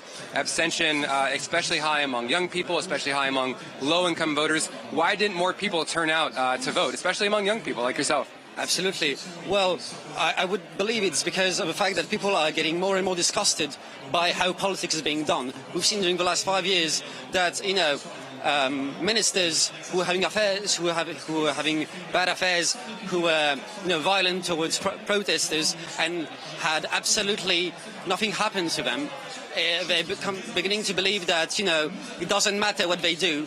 These people will still be in power. So they believe that voting doesn't count for anything. It doesn't matter. And so we're here to show that, being an MP is a responsibility towards the people. And so we want to show them that with us, politics is going to change. And we've shown it during 5 years with our only 17 MPs. And we're going to show it for the next 5 years with even more MPs. I want to ask you one last quick question here, Tomek. One of the things that we've heard among Macron supporters is that the lack of an absolute majority in Parliament means the country is going to be essentially ungovernable. We've heard this among some supporters of Macron. What do you make of this idea that France now is going to be plunged in this sort of chaotic political situation and it's going to be very difficult to govern? What do you make of this criticism? Well, do they have a problem with democracy? Is my question to them. It's their fault if they don't have a majority. They have only themselves to blame. And so I would say that, if you're not okay with the results, then maybe you're not okay with democracy. And we've seen it during 5 years that oftentimes Macron and his majority weren't okay with, democratic protest. And it shows, if they say this tonight, it shows that they haven't changed at all. And it's kind of a bit worrying for the future. So some strong words there from activists from La France Insoumise. Thanks so much for taking the time to talk with us. People here will be continuing to watch these results come in. You still have a lot of people milling around this evening as those results start trickling in across the country. Paul Stangler at the New Popular Alliance headquarters, François. Yeah, let's just recap for our viewers once again, because it's been a night of surprises. Deepti Laurent is at the big board for us. Deepti, once again, we had when the evening began, there were these projections from polls that showed perhaps Emmanuel Macron could get a 10-seat majority, 289 being the magic number. We're very, very far from that. That's right. The projections are very different to what perhaps the expectations were. Let's have a look. The left-wing coalition led by Jean-Luc Melenchon projected to get 149 seats. Emmanuel Macron's party projected to get 230 seats. As you said, that's very, very much below the 289 that he needed for an absolute majority in the National Assembly. Perhaps the big victors of the night are the far right with their 85 seats in the National Assembly. Certainly something historic for the party. Let's show you a few of the individual scores, some of the surprises of the night, really. Christophe Castaner, he's a former interior minister who was defeated in his seat. He's also president of Emmanuel Macron's party's parliamentary group, which is probably a position he can no longer hold because he doesn't actually have a seat in the National Assembly. Another big defeat was Richard Ferrand, who is the outgoing president of the National Assembly. He lost his constituency, only picking up 49.2%. And the other big surprise, of course, was Brigitte Bourguignon, who's the health minister. She's lost her constituency as well, which means she will lose her ministership as per the directive of Emmanuel Macron. Perhaps one of the surprises in terms of victors was Damien Abad, the Minister for Solidarity, namely because he's been hit by these alleged rape accusations, even the third one coming this week. Despite that, the minister has won his constituency, picking up there almost 58%. François. Deepti Laurent, and if you're just joining us here on France 24, we've heard speeches in front of a jubilant crowd from the far rights. Marine Le Pen made historic inroads, going from between 6 and 8 seats in the outgoing parliament to somewhere in the region of 85, according to partners Ipsos. We also heard a lot of cheering at Jean-Luc Melenchon's headquarters, the leader of the New Popular Union left-wing alliance, who described the result as a win. We have yet to hear from France's Prime Minister, Elisabeth Borne, elected to Parliament, but she has yet to speak so far. Let's cross over to the headquarters of the centrist alliance of Emmanuel Macron, Together, Ensemble, and Delano de Souza. The mood is completely somber here at the headquarters of the Ensemble or Together Alliance. No high-profile figures from the party are here, nor and the supporters that have gathered here are refusing to speak to us. Clearly, no one's in the mood to celebrate tonight after that disastrous result for the centre-right coalition. They got just 230 seats in the National Assembly, denied that majority in Parliament. Clearly, the next 5 years are going to be extremely difficult for the French president, Emmanuel Macron. He will not be able to rule with a free hand. Now, some party officials who I've spoken to off camera were actually disappointed in how the president has chosen to campaign over the past week, because for the past 3 days of the last week, he was not in town. He was in Romania, in Moldova, and then in Kiev. Clearly not in France, but some say, party officials here say he should have been, clearly because after last week's result showed that he risked losing his majority. They say he should have remained in France and done everything he could to secure that majority in Parliament, which he has lost tonight. Delano de Souza reporting live. Mark Perman, your just a quick reaction to that. Could the incumbents have run a different campaign? When you look at the long arc of French history, it's a re-elected president. That doesn't always happen. On the other hand, losing a majority. Yes, clearly. Incumbent fatigue? incumbent fatigue, and clearly, as we discussed earlier, Macron is himself, but there's no real party behind him. Yes, there was a Macron wave at the National Assembly last time because it was new, he was fresh, he had this new movement with new faces, over 300 MPs. He's getting half of that, so clearly this is not enough. And the French decided not to sign him a blank check, and they don't want Jupiter to govern. They want more coalition politics, German style, and this is new, and this is going to be difficult for Emmanuel Macron because this is he is not a seasoned politician. He was someone who was elected, who is able to govern with a free hand. He's going to have to learn to sit down and negotiate not only with Vladimir Putin, but maybe with the conservative parties or maybe on some texts with the left. Do you want coalition politics, Sophie Rauser? Because we heard a speech by Jean-Luc Melenchon.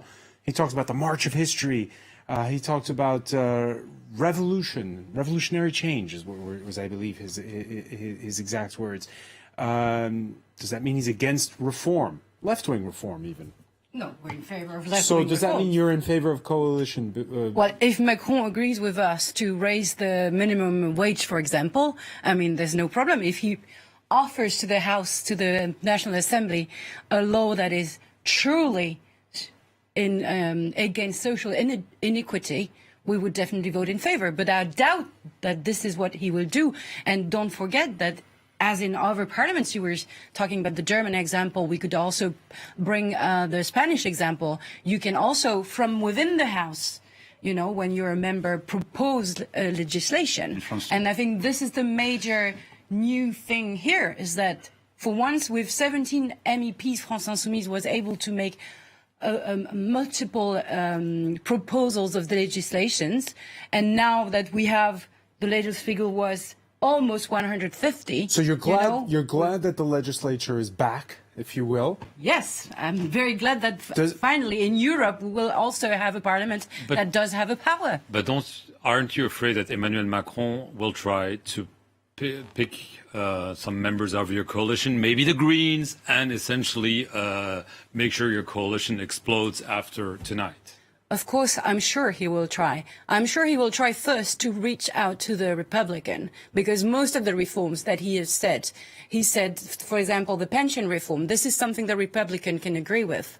And if he doesn't get that, you might remember that Bruno Le Maire was also saying that the pension reform could be also done by the article, 49, which is, go for the reform without a parliamentary vote. Yeah, without having a parliamentary vote. That's my major concern tonight, is this one, is that he will govern without the approval of the National Assembly, and if not with the Republican, but I'm not, convinced that he will reach out to us anyway. That empty podium you see behind us here, that is where the Prime Minister will speak from the Prime Minister's offices at the Matignon Hall on the left bank of Paris. Are you expecting her to? What are you expecting from her? What should she say at this point, in view of this result? I think they should be a bit more humble than what they have shown so far. On the way to here, I was listening to Dupond-Moretti, who was still being very arrogant, against the result of the left, very arrogant against in the face of the Front National, the extreme right wing, being so high. He had nothing to blame himself and his government for. I think this attitude, to start with, has to change. Mathieu Douay? Yeah, no, I think it's a bit more complex than this. The situation is the continuation of what happened 5 years ago. It's the next stage in a transformation of the Fifth Republic. First, we had the collapse of the traditional left-wing alternance in power and of this very rigid divide that produced actually overall majorities in Parliament. So it was almost by accident that actually Emmanuel Macron had a majority in the previous parliament, because actually at first we thought he would not have. And then the other parties were so, I would say, disoriented that they didn't know how to campaign against Macron at that time. And so he kind of a majority by default. which is not unusual in a presidential regime. But the he promised something new 5 years ago. He promised he'd take the best of the left and the best of the right. I think he promised nothing at all. I think people could just project anything they were fed up with on the past, on his opponents, and project anything new and potentially better on him, because he was a blank sheet. But for the moment, the question is, do they want to return to the past? The answer has clearly been a complete no. No to the return of the former Socialist Party. The return of politics, Mark Perlman. The return of politics, and the big winner of the night. They will not have a majority. They will not be the main opposition party, but clearly they performed much better than expected. The national rally. We can now cross to Alison Sargent, who is in Ensemble, where Marine Le Pen was re-elected, but it's much more than just Marine Le Pen. Mm-hmm. It is much more than just Marine Le Pen, Mark. This is an historic result for the party. Across the board, people are drinking champagne here tonight. Marine Le Pen has been hanging around, basking in this victory, speaking to supporters and journalists. Many supporters and party members were surprised by this score themselves. They're set to win 85 seats, way above the 25 to 40 that were predicted, way above the record 35 that they had gotten back in 1986. I've been asking party members why they think they finally did so well in legislative elections, not usually very easy elections for the far right. They credit the party's work campaigning. They say that they were out on the ground really speaking to voters. And they see it as a sign that people have finally realized. They say that the National Rally has been right for years about issues like immigration and the cost of living. They also say that in the end it shows that some people are more anti-Macron and anti-Melenchon than they are anti-Marine Le Pen. They say people are realizing that it's not a party of the far right. Now, that said, Marine Le Pen has said that the first thing she's going to do in the National Assembly is put forward a law against Islamism, so very much still a party with very strong views. Alison Sargent in Hénin, Beaumont, and François, I believe we're reaching the end of our special election night coverage. The Prime Minister is still to speak in a few minutes. Yeah, and we'll be covering it live right here on France 24, Mark Perlman. I want to thank Sophie Rouser and Mathieu Douaret for being with us during this hour of surprises. Diptyque Laurent at the big board, who's been watching as those estimates go from become firm results. It's election night on France 24 and on France24.com.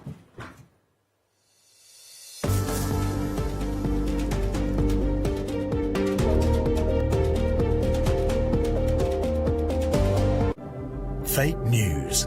Noun. False stories that appear to be news, spread on the internet or using other media.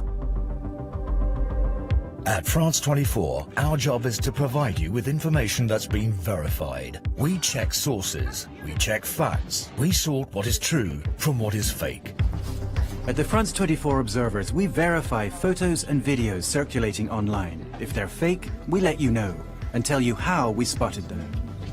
In Fact or Fake, we dig into viral stories around Europe to shake out the truth from the trash. Every day, the Info Migrants team scours social networks to fight fake news about the reality of migration. France 24, news based on facts. Liberté, égalité, actualité.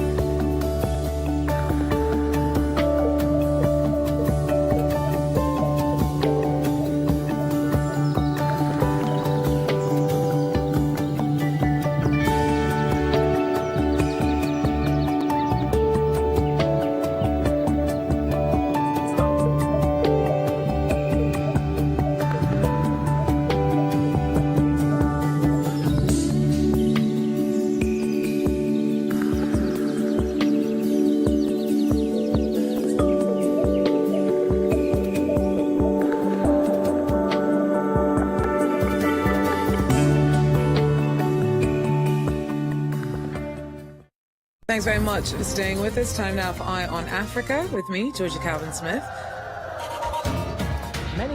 All the latest in politics, economics and the arts in Africa on France 24.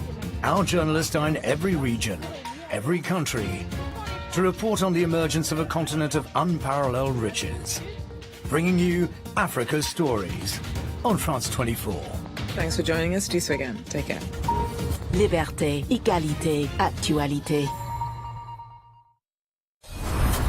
War has once more reared its head in Europe, recalling the darkest hours of our history. Kiev is still about 30 kilometers away. France 24 is providing constant coverage of events in Ukraine. Our teams on the ground and in the studio will keep you informed of all the latest developments. Stay informed, stay aware. Liberté, égalité, actualité. A programme about women who are reshaping our world. We meet those who seek equality, be it in the boardroom or at the village well. The 51% brings you stories from across the globe about the women who are challenging the way we think. The 51%, presented by Annette Young on France 24 and France24.com.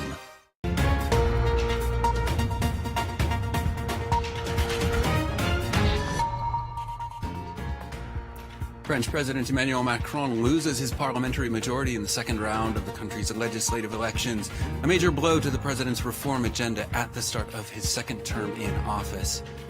Meanwhile, French far-right party, the National Rally, blasting past expectations with a blockbuster result in those elections. They're projected to claim 85 seats in the new National Assembly, a result that sees their power greatly expanded.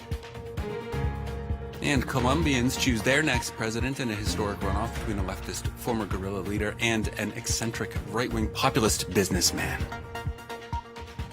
Welcome back to the France 24 newsroom for continuing coverage of France's legislative elections.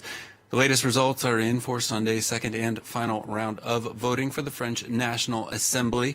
The electoral alliance of President Emmanuel Macron, known as Ensemble, or Together, falling well short of its goal of an outright majority in Parliament. 289 seats are necessary to secure that majority, Together managing to come up with an estimated only 230 seats. That means a new era for French politics, one of coalition building and compromise.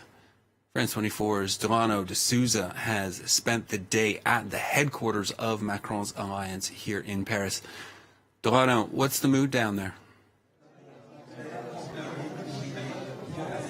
Well, it's a somber mood here at the headquarters of the Together coalition. Clearly, it's a disastrous result for Emmanuel Macron tonight. They just got 230 seats in the National Assembly, far short of the 289 they needed to secure that majority in Parliament. Clearly, the next 5 years are going to be more complicated for the French president, as he won't be able to rule with a free hand. We have a couple of his sitting ministers who will have to resign in the days to come. This after they fail to secure a victory in these parliamentary polls, because the rule is if you don't secure victory in the parliamentary polls, then the next step is you have to resign. Sorry, we just have some people passing by now, because all these supporters who gathered here in the headquarters of the National of the Together Alliance, they refuse to speak to us because clearly there's nothing to celebrate tonight. It remains to be seen which way Emmanuel Macron decides to stitch together his coalition, to see if his policies for the next 5 years will veer more to the left or to the right. Indeed, we're looking at what could be weeks of uncertainty, indeed, for this new government, especially with those ministerial losses for Macron. His domestic agenda for the second term was already fairly well known, or at least predicted, contained a number of goals he wasn't able to achieve in his first term due to both COVID and popular resistance, indeed. Talk to us a bit about what is on the line for that agenda.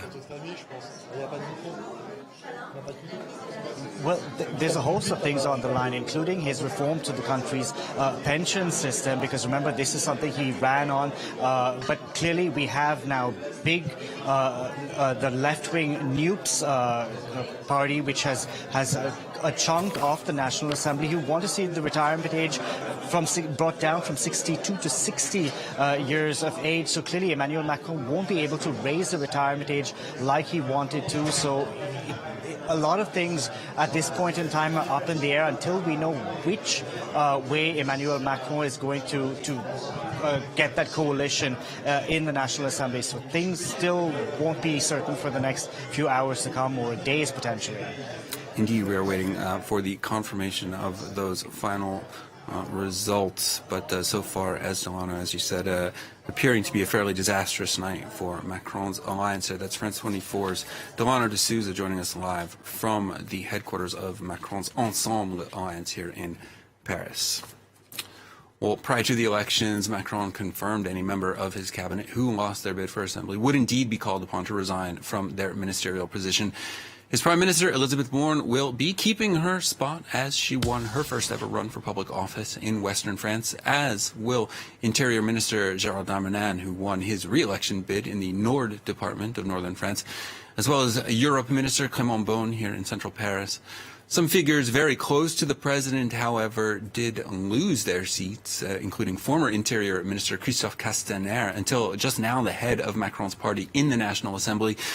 He out along with Richard Ferrand, he's president of the National Assembly itself, also from Macron's Republic on the Move party. We see Castaner there bringing in just 48.5% of the vote in the second round.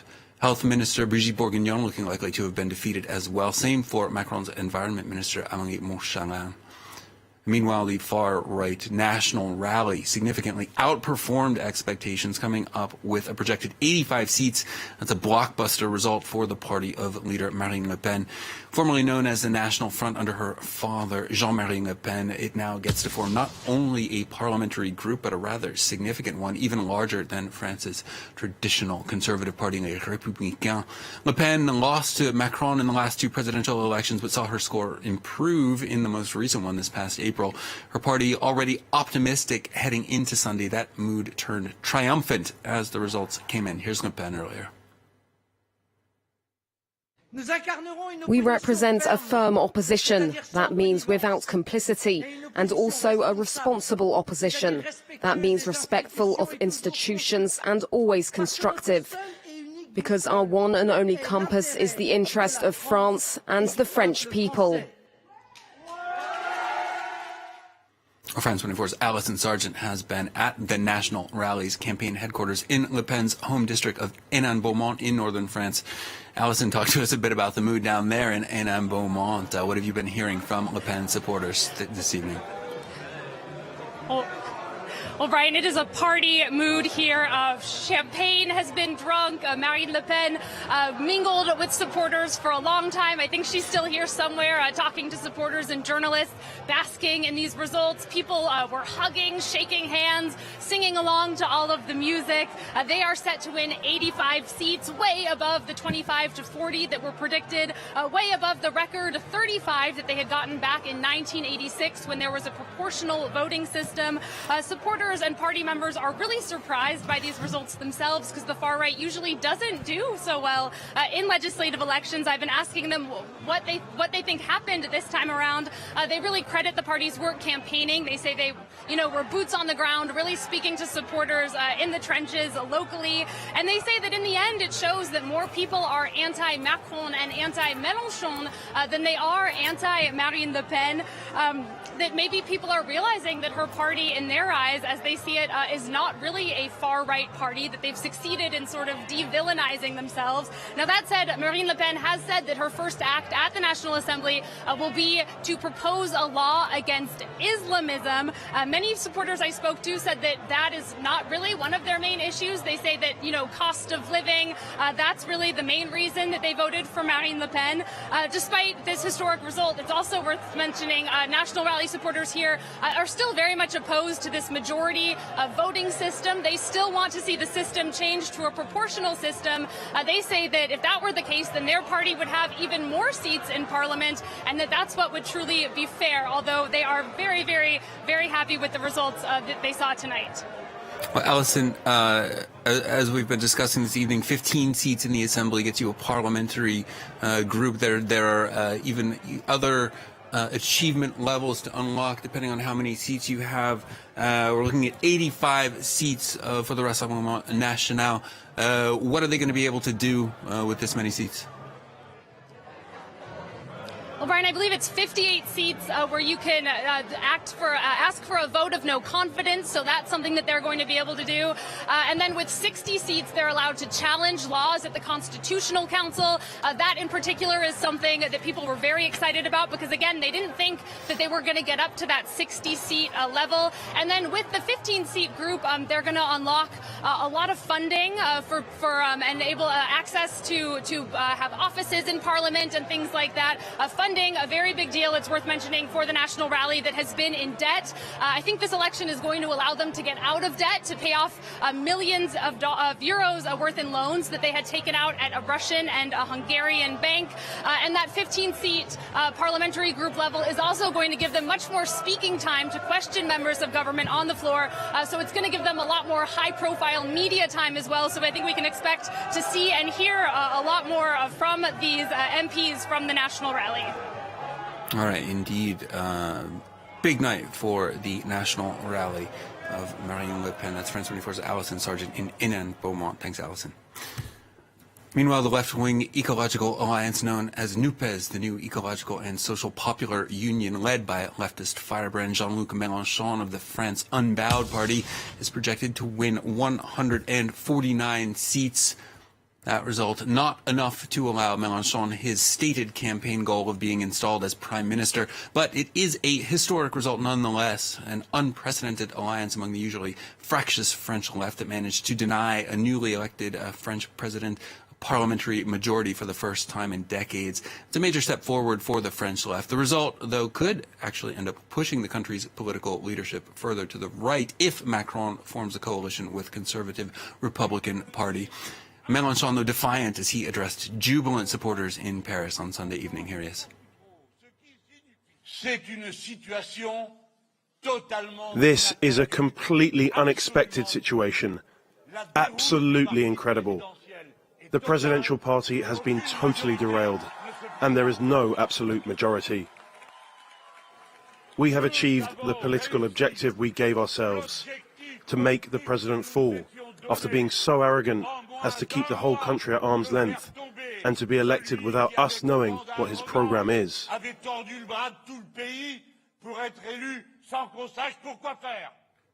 Well, France 24's Cole Stangler has spent the afternoon and evening at the headquarters of that left-wing coalition, Nupes. Cole, what's the mood like where you are? Is this being seen as a victory down there? Yeah, it's certainly being felt as a victory over here. Pretty raucous atmosphere earlier, people singing Yellow Vest protest songs, people chanting the name of that left unity alliance, the Popular Union. So a very positive atmosphere. People are pretty content with the result. As you mentioned, Mélenchon does appear to have fallen short of that number one goal, that top goal, which was to have a left-wing majority in Parliament. But they basically have achieved, according to the supporters, the second best outcome here, which is having a strong group in Parliament, a strong result, and also depriving Macron of that majority in Parliament. The first time that a sitting president has not won a majority in legislative elections since we've had the legislative elections follow the presidential elections back in 2001. That's the sort of historic scenario that Mélenchon is referring to. So it's a victory for the left in that sense. It's also a victory in a much more pragmatic way, if you want to get on sort of the baseline level of politics, in that it allows these various four major parties that have provided the support for this coalition to now either conserve or expand their parliamentary groups. So La France Insoumise, big expansion of their parliamentary group. Same case for the Greens. And you also have the Communists and the Socialists, which people were speculating perhaps on the brink of non-existence after the presidential race. They are now going to have their own groups in Parliament. So in some ways, the result here of vindication, I should say in many ways really, a vindication of the left union strategy, which despite not having an overwhelmingly positive result in that first round, it was not too far off from 2017, the last legislative elections. The fact that they unified, put the left in enough legislative districts in the second round to win a bunch of them. Not all of them, but win a bunch of them. And that's what we've seen happen tonight. It's why the left has this huge group in parliament. And according to supporters here, they're very happy. Makes them the largest opposition force in French parliament that we're going to have. Cole, as you say, becoming the largest opposition group in French parliament. We were talking earlier about some of Emmanuel Macron's agenda for his second term, things like raising the retirement age, cutting taxes. These are things that Nupes has been explicitly opposed to. Will they be able to hold back the Macron agenda now? Yeah, I mean, it's a difficult question. There's so many different sort of permutations we could walk through about who they ally with. Does Macron even decide to change his strategy? So that seems somewhat speculative at this stage. But there is a sense that if you had a strong left group in parliament, it's going to create problems for the majority, whoever is composing it. The left is going to be able to be at the head of in some important commissions. They're going to be occupying more space just in terms of the media, who's dictating the agenda. So in that case, it's going to be more difficult. But we have to sort of wait and see, those actual numbers and who's going to be in charge of who Macron decides to ally with. It's sort of speculative at this stage. So we'll have to wait and see on that. But there was some sense of frustration here from the left that they could have maybe done better. Turnout was not as high as they wanted. There was also frustration at the fact that Macron's party did not call on supporters to vote for the left against the national rally. They see that as a sort of betrayal of the Republican front strategy. So some frustrations here that I think are just worth mentioning. But overall, Brian, the tone, the sense here is very good result. The left, basically, without winning its ultimate objective, did otherwise basically as good as it could have done. Cole, if I can keep you for a second, we're talking about turnout here. A big headline figure in this election, how turnout has compared to previous years. The left, of course, counting on the youth vote and working class vote to turn out. It seemed that youth vote especially fairly low, especially in the second round. What do you think this bodes for the future of this left alliance? Yeah, I mean, it's certainly a source of weakness. I was just talking with a young supporter here who was an activist on one of the legislative campaigns who says that clearly they have difficulty mobilizing young people. There's a sense that a lot of them are just disillusioned from politics in general, and that doesn't just include the far right or the president's party, but even the left. They don't see it as really a force to address their concerns, even if they say they agree with a lot of the ideas. So a sense of political disillusionment, and then again, a failure to mobilize at the polls from the perspective of the Nupes. And, this is an issue we see really play out in France and I should say beyond French borders as well. A lot of supporters here, I was discussing with people, comparing this to the Bernie Sanders presidential campaign, the Jeremy Corbyn campaign for prime minister, in which the left has this energy, this sense of momentum. They need to mobilize enough young and working class people, and they just come up a little bit short.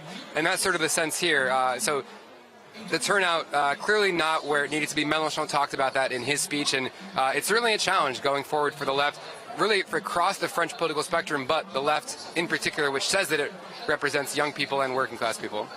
Tough to get the kids out to vote. France 24's Cole Stangler reporting for us from the Nupes headquarters in central Paris. We'll be talking to you later on, Cole. Thanks. Well, for some more analysis on this election, I'd like to welcome Mathieu Doré, the Director of Polling for Ipsos here in Paris. Good evening. It looks like we're opening up a new phase in French politics here, potential coalition building, at least compromise for a president who is used to governing with a fairly free hand. What do you see as some of the potential outcomes for Macron in the National Assembly?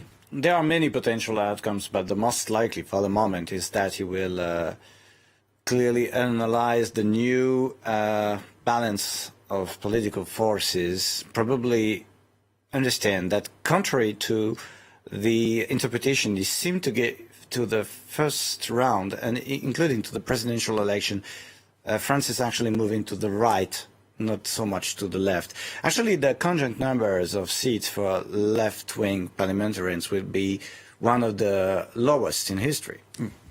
Not the lowest because it was in 1993, but it is basically as low as it was when Jacques Chirac was re-elected against Marine Le Pen's father, for example.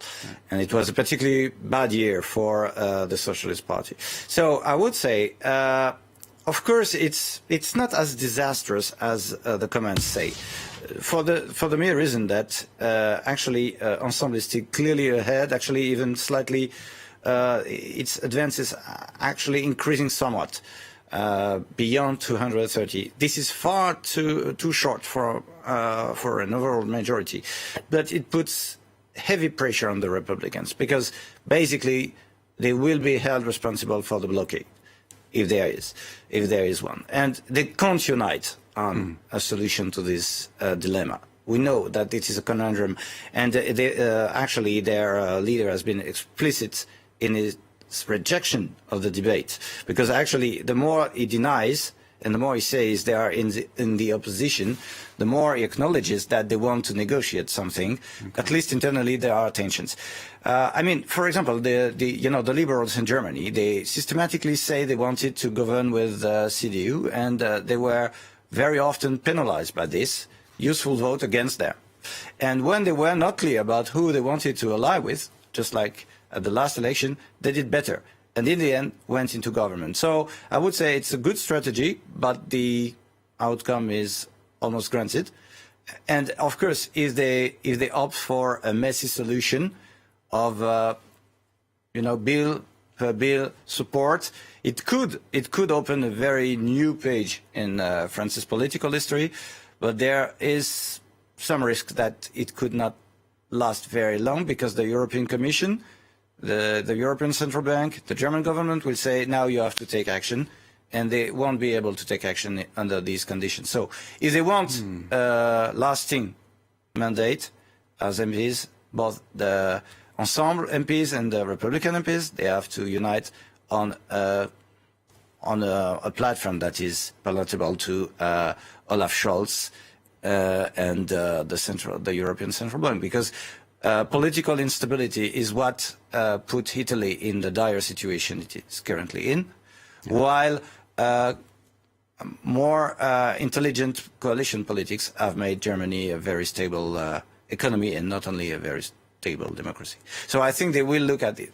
But don't expect any statement anytime soon. It will take months, maybe even years before the political class adapt to this new reality. But in the end, the economy will be probably calling them back to reason, just like it did in Greece, in Italy, and anywhere in Europe when where there was too much instability and too much extremism. Well, we were talking briefly earlier about the kind of political precedent that there may have been for this, or historical parallels to previous administrations. What kind of political precedents do you see for this sort of situation that we're seeing? There is only one under the Fifth Republic, which is in 1988, when President Mitterrand was re-elected by a very sound majority, actually increasing his score, contrary to Macron, but did not carry an overall majority in his coattails. Some analysts said it was possibly partially on purpose, and so the same suspicion might go on Macron, who has not been campaigning very adamantly. But beyond that, the fact is that both of them were re-elected mostly by rejection of their opponents. And this is the most obvious commonality with the situation back then. But there is a major difference. At that time, the presidential majority garnered the number of MPs overall was the same, and they had 275. That is 40 plus more than Ensemble. But the Conservatives had 271. Mm-hmm. And this year, all oppositions are far below this symbolic threshold of the 200 seats. If Nupes had been able to carry more than 200 seats, then maybe the situation might have been different. What turns out to be the main surprise tonight is the excellent breakthrough, the extraordinary breakthrough of the National Rally, now tallying 90 seats. That is far ahead of the Conservatives and ahead of LFI, Jean-Luc Melenchon's party. So what we know for sure is that they will not be very constructive, but they have no coalition culture at all. So you can't expect any unification of the oppositions, any anti-Macron coalition in parliament. That doesn't work. Nupes and National Rally are completely incompatible on almost everything except criticizing the pension reform. So for the pension reform to pass, which is probably something that the European Commission and the European Central Bank in the long run will demand, because it is the only way France has to reduce its mounting public debt. Right. For a coalition to pass this reform, it will take a long time. It will take a lot of compromises and negotiations, but of course that will probably be only possible if the Republicans decide that if they want to defeat the far right in the next presidential election, they have to become a government party again, and so to assume responsibilities that go with that. Indeed. Mathieu Douaré, Director of Polling for Ipsos, I'm going to ask you to stay with us while we cross to France 24's Yana Lee in the southern French city of Nice, where Eric Ciotti has won re-election as a member of that traditional conservative Republican Party. Yana, what does Ciotti's victory mean for the politics down there in Nice? Well, the champagne's out, there's been music, there's been confetti. Eric Ciotti, the man himself, has been going around the crowds, shaking hands with activists, volunteers, voters, people who went knocking on doors for him to win his fourth bid as an MP in the French National Assembly. Eric Ciotti is, of course, quite a big shot in French politics, even more so down here in the south of France, winning his fourth term on the local level. It means that, he still has it. This despite an ongoing bitter rivalry with the mayor of Nice, a man called Christian Estrosi. Estrosi was also a major figurehead of the centre-right Republican Party until he quit dramatically last year to join Emmanuel Macron's centrist alliance. So Ciotti winning against Estrosi's protégé here in Nice. So a massive victory for him on a local level. And on a national level, Ciotti represents the hardline right within the Republican Party. He's a man who campaigns a lot on security and immigration issues. So he is the man who ran and lost in the Republican primaries for the presidential elections earlier this year. So he's likely to use his win here in the legislative elections to propel a more prominent role for himself on the national stage. Well, thank you. That is Yana Lee down in the southern French city of Nice, where Eric Ciotti has won re-election for Les Républicains. Mathieu, I'm going to hand it back to you. These recent years, we've seen a sort of cratering of these traditional parties on the left and the right, the socialists on the left, the Republicans on the right. Yeah. It looks, the Republicans appear to be, on the one hand, with a very strong hand, bargaining-wise, as the obvious. Okay, actually, we'll come back to that. We're going to take Clément Beaune, he's the environment minister in Macron's government right now, speaking live. Environment, European Minister.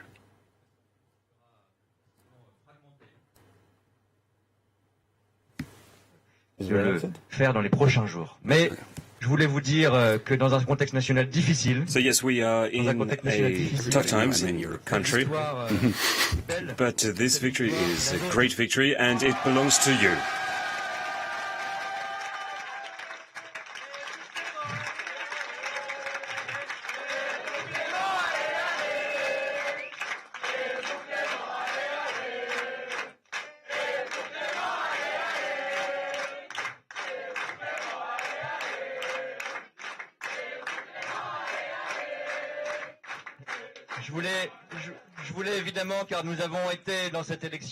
During this election, we always stood as Republicans, Europeans, defending our values, and tonight I would like to speak to Caroline Mécary, who ran against me in the second round. For voters, for people who voted for her, I would just like to say that we need to be realistic, we need to be humble. We reached out to all of the people in their constituency, hopefully that they would vote for us, but we didn't necessarily get all the votes, and while we fought hard, we did it with heart, with passion, with values, because we believe in Europe. And we heard a lot of people share their stories, their difficulties, their hardships, their concerns about the environment, about the public service. And we heard a lot of people throughout the districts within Paris speak to us, and I believe that tonight we see that there is a positive trend in Paris, and we have seen the true face of Paris, one of unity, one that turns divisions aside, one that is turned towards Europe, towards the environment, a Paris that fights for Republican values. And we will take on the responsibility that you have given to us, and we will carry it forward.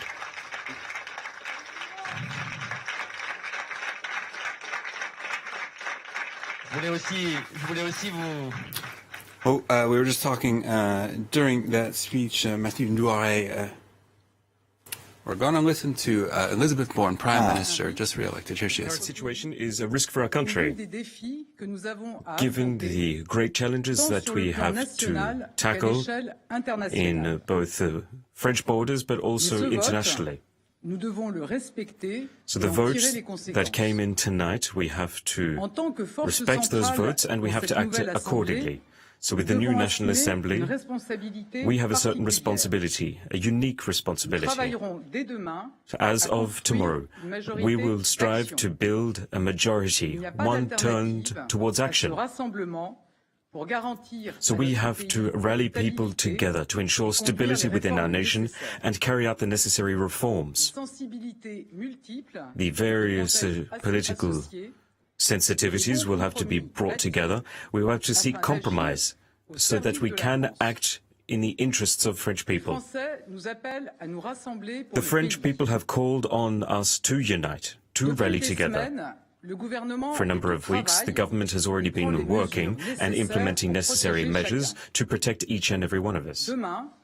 And tomorrow and in the future, we will ramp up that action to again serve all French people. As of this summer, we will bring in tangible measures to bolster purchasing power, and we will continue to protect you and protect and ensure your safety.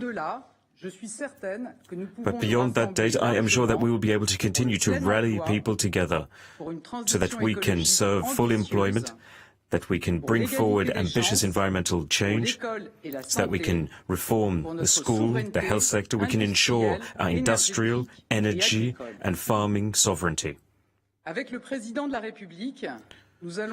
Along with the French President, we will work through dialogue. We will meet with all people, all of the lifeblood in France, wherever they may be.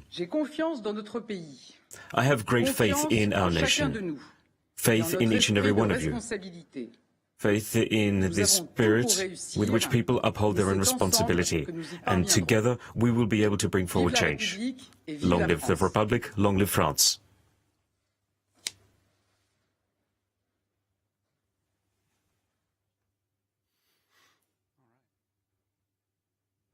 There.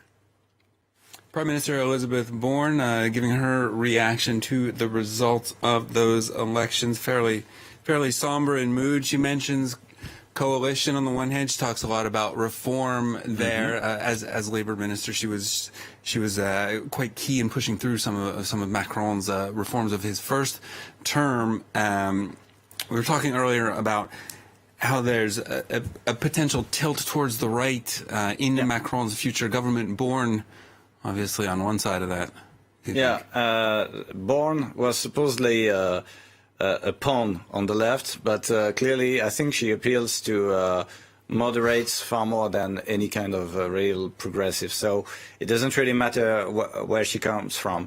More important maybe is the two faces we have just seen before, that is Éric Ciotti and Clément Beaune, because both wins are important, not just for them, but for their parties. Because first, of course, if Ciotti had been defeated, that would probably have made it far easier for Macron to rally the Republicans, because Ciotti is definitely the leader of the least compatible wing, the most extremist wing, and also one which will really try hard to recover this major loss to the national rally, which they have experienced tonight. Because I would say there are, even if it would be tempting to say it's an election that nobody won, at least there are two parties which did better than their direct opponents. I would say Ensemble, in a way, still defeated Nupes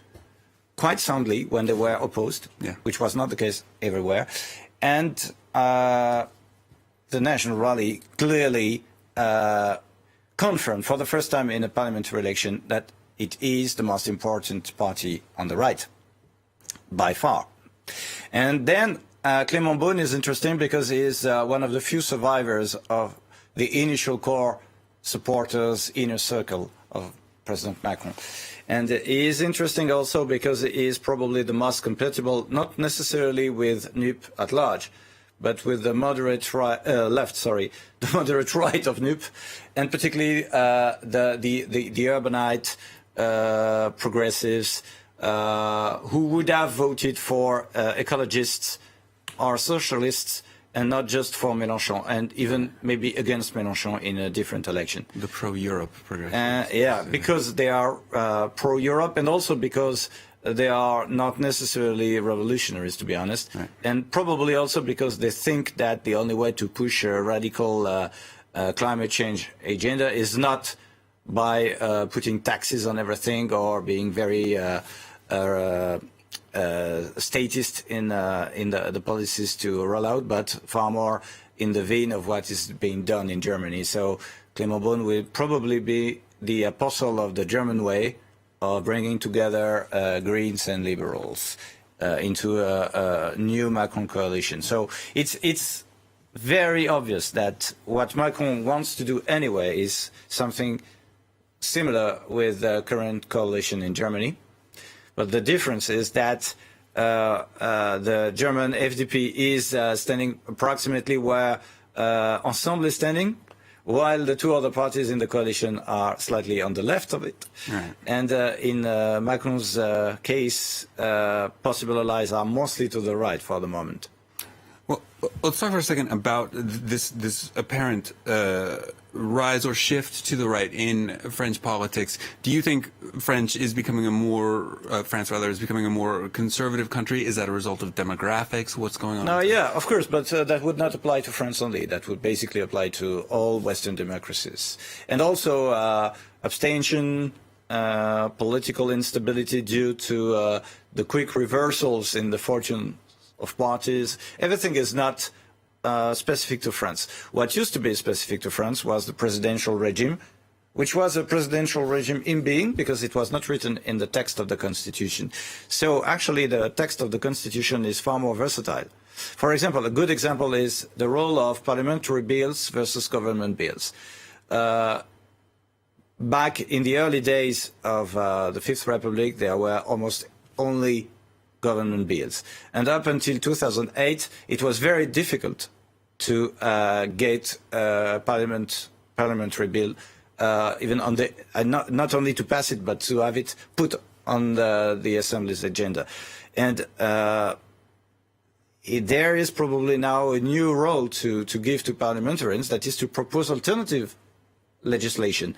If they disagree with the government, they will have to try to find a coalition that could pass their own parliamentary bills. And that would be very interesting because that could also force them to be more accountable to their own voters. Because so far, opposition MPs have been exclusively naysayers. Yeah.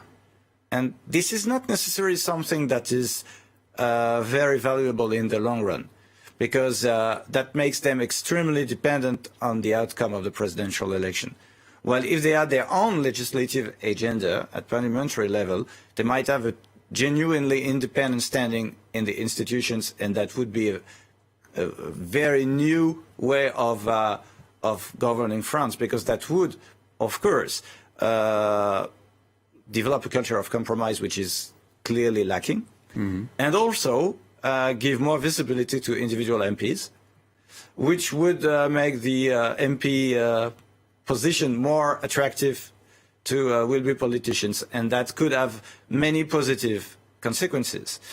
Because if the system should continue to work as it used to, but without an overall majority, it will very soon be as unsuccessful as the Fourth Republic was shortly before it changed the constitution in 1958. So we clearly have to avoid this political crisis that clearly damaged France's reputation at that time, and particularly now that the European Union desperately needs a strong France. So there will be an enormous responsibility that will weigh on the shoulders of the newly elected MPs. To be very sincere with you, I would say that very few of them are really aware of this responsibility, because they have been probably standing in elections thinking they were standing in a normal election, an election for an overwhelming majority that can pass an agenda as a full slate.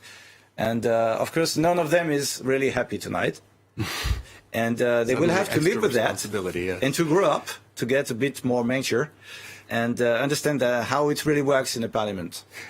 A major shift in the political culture in France then underway that we're seeing. And voters themselves are not clearly aware of what they produced by their vote. I mean, voters themselves still consider that politics is winner takes all.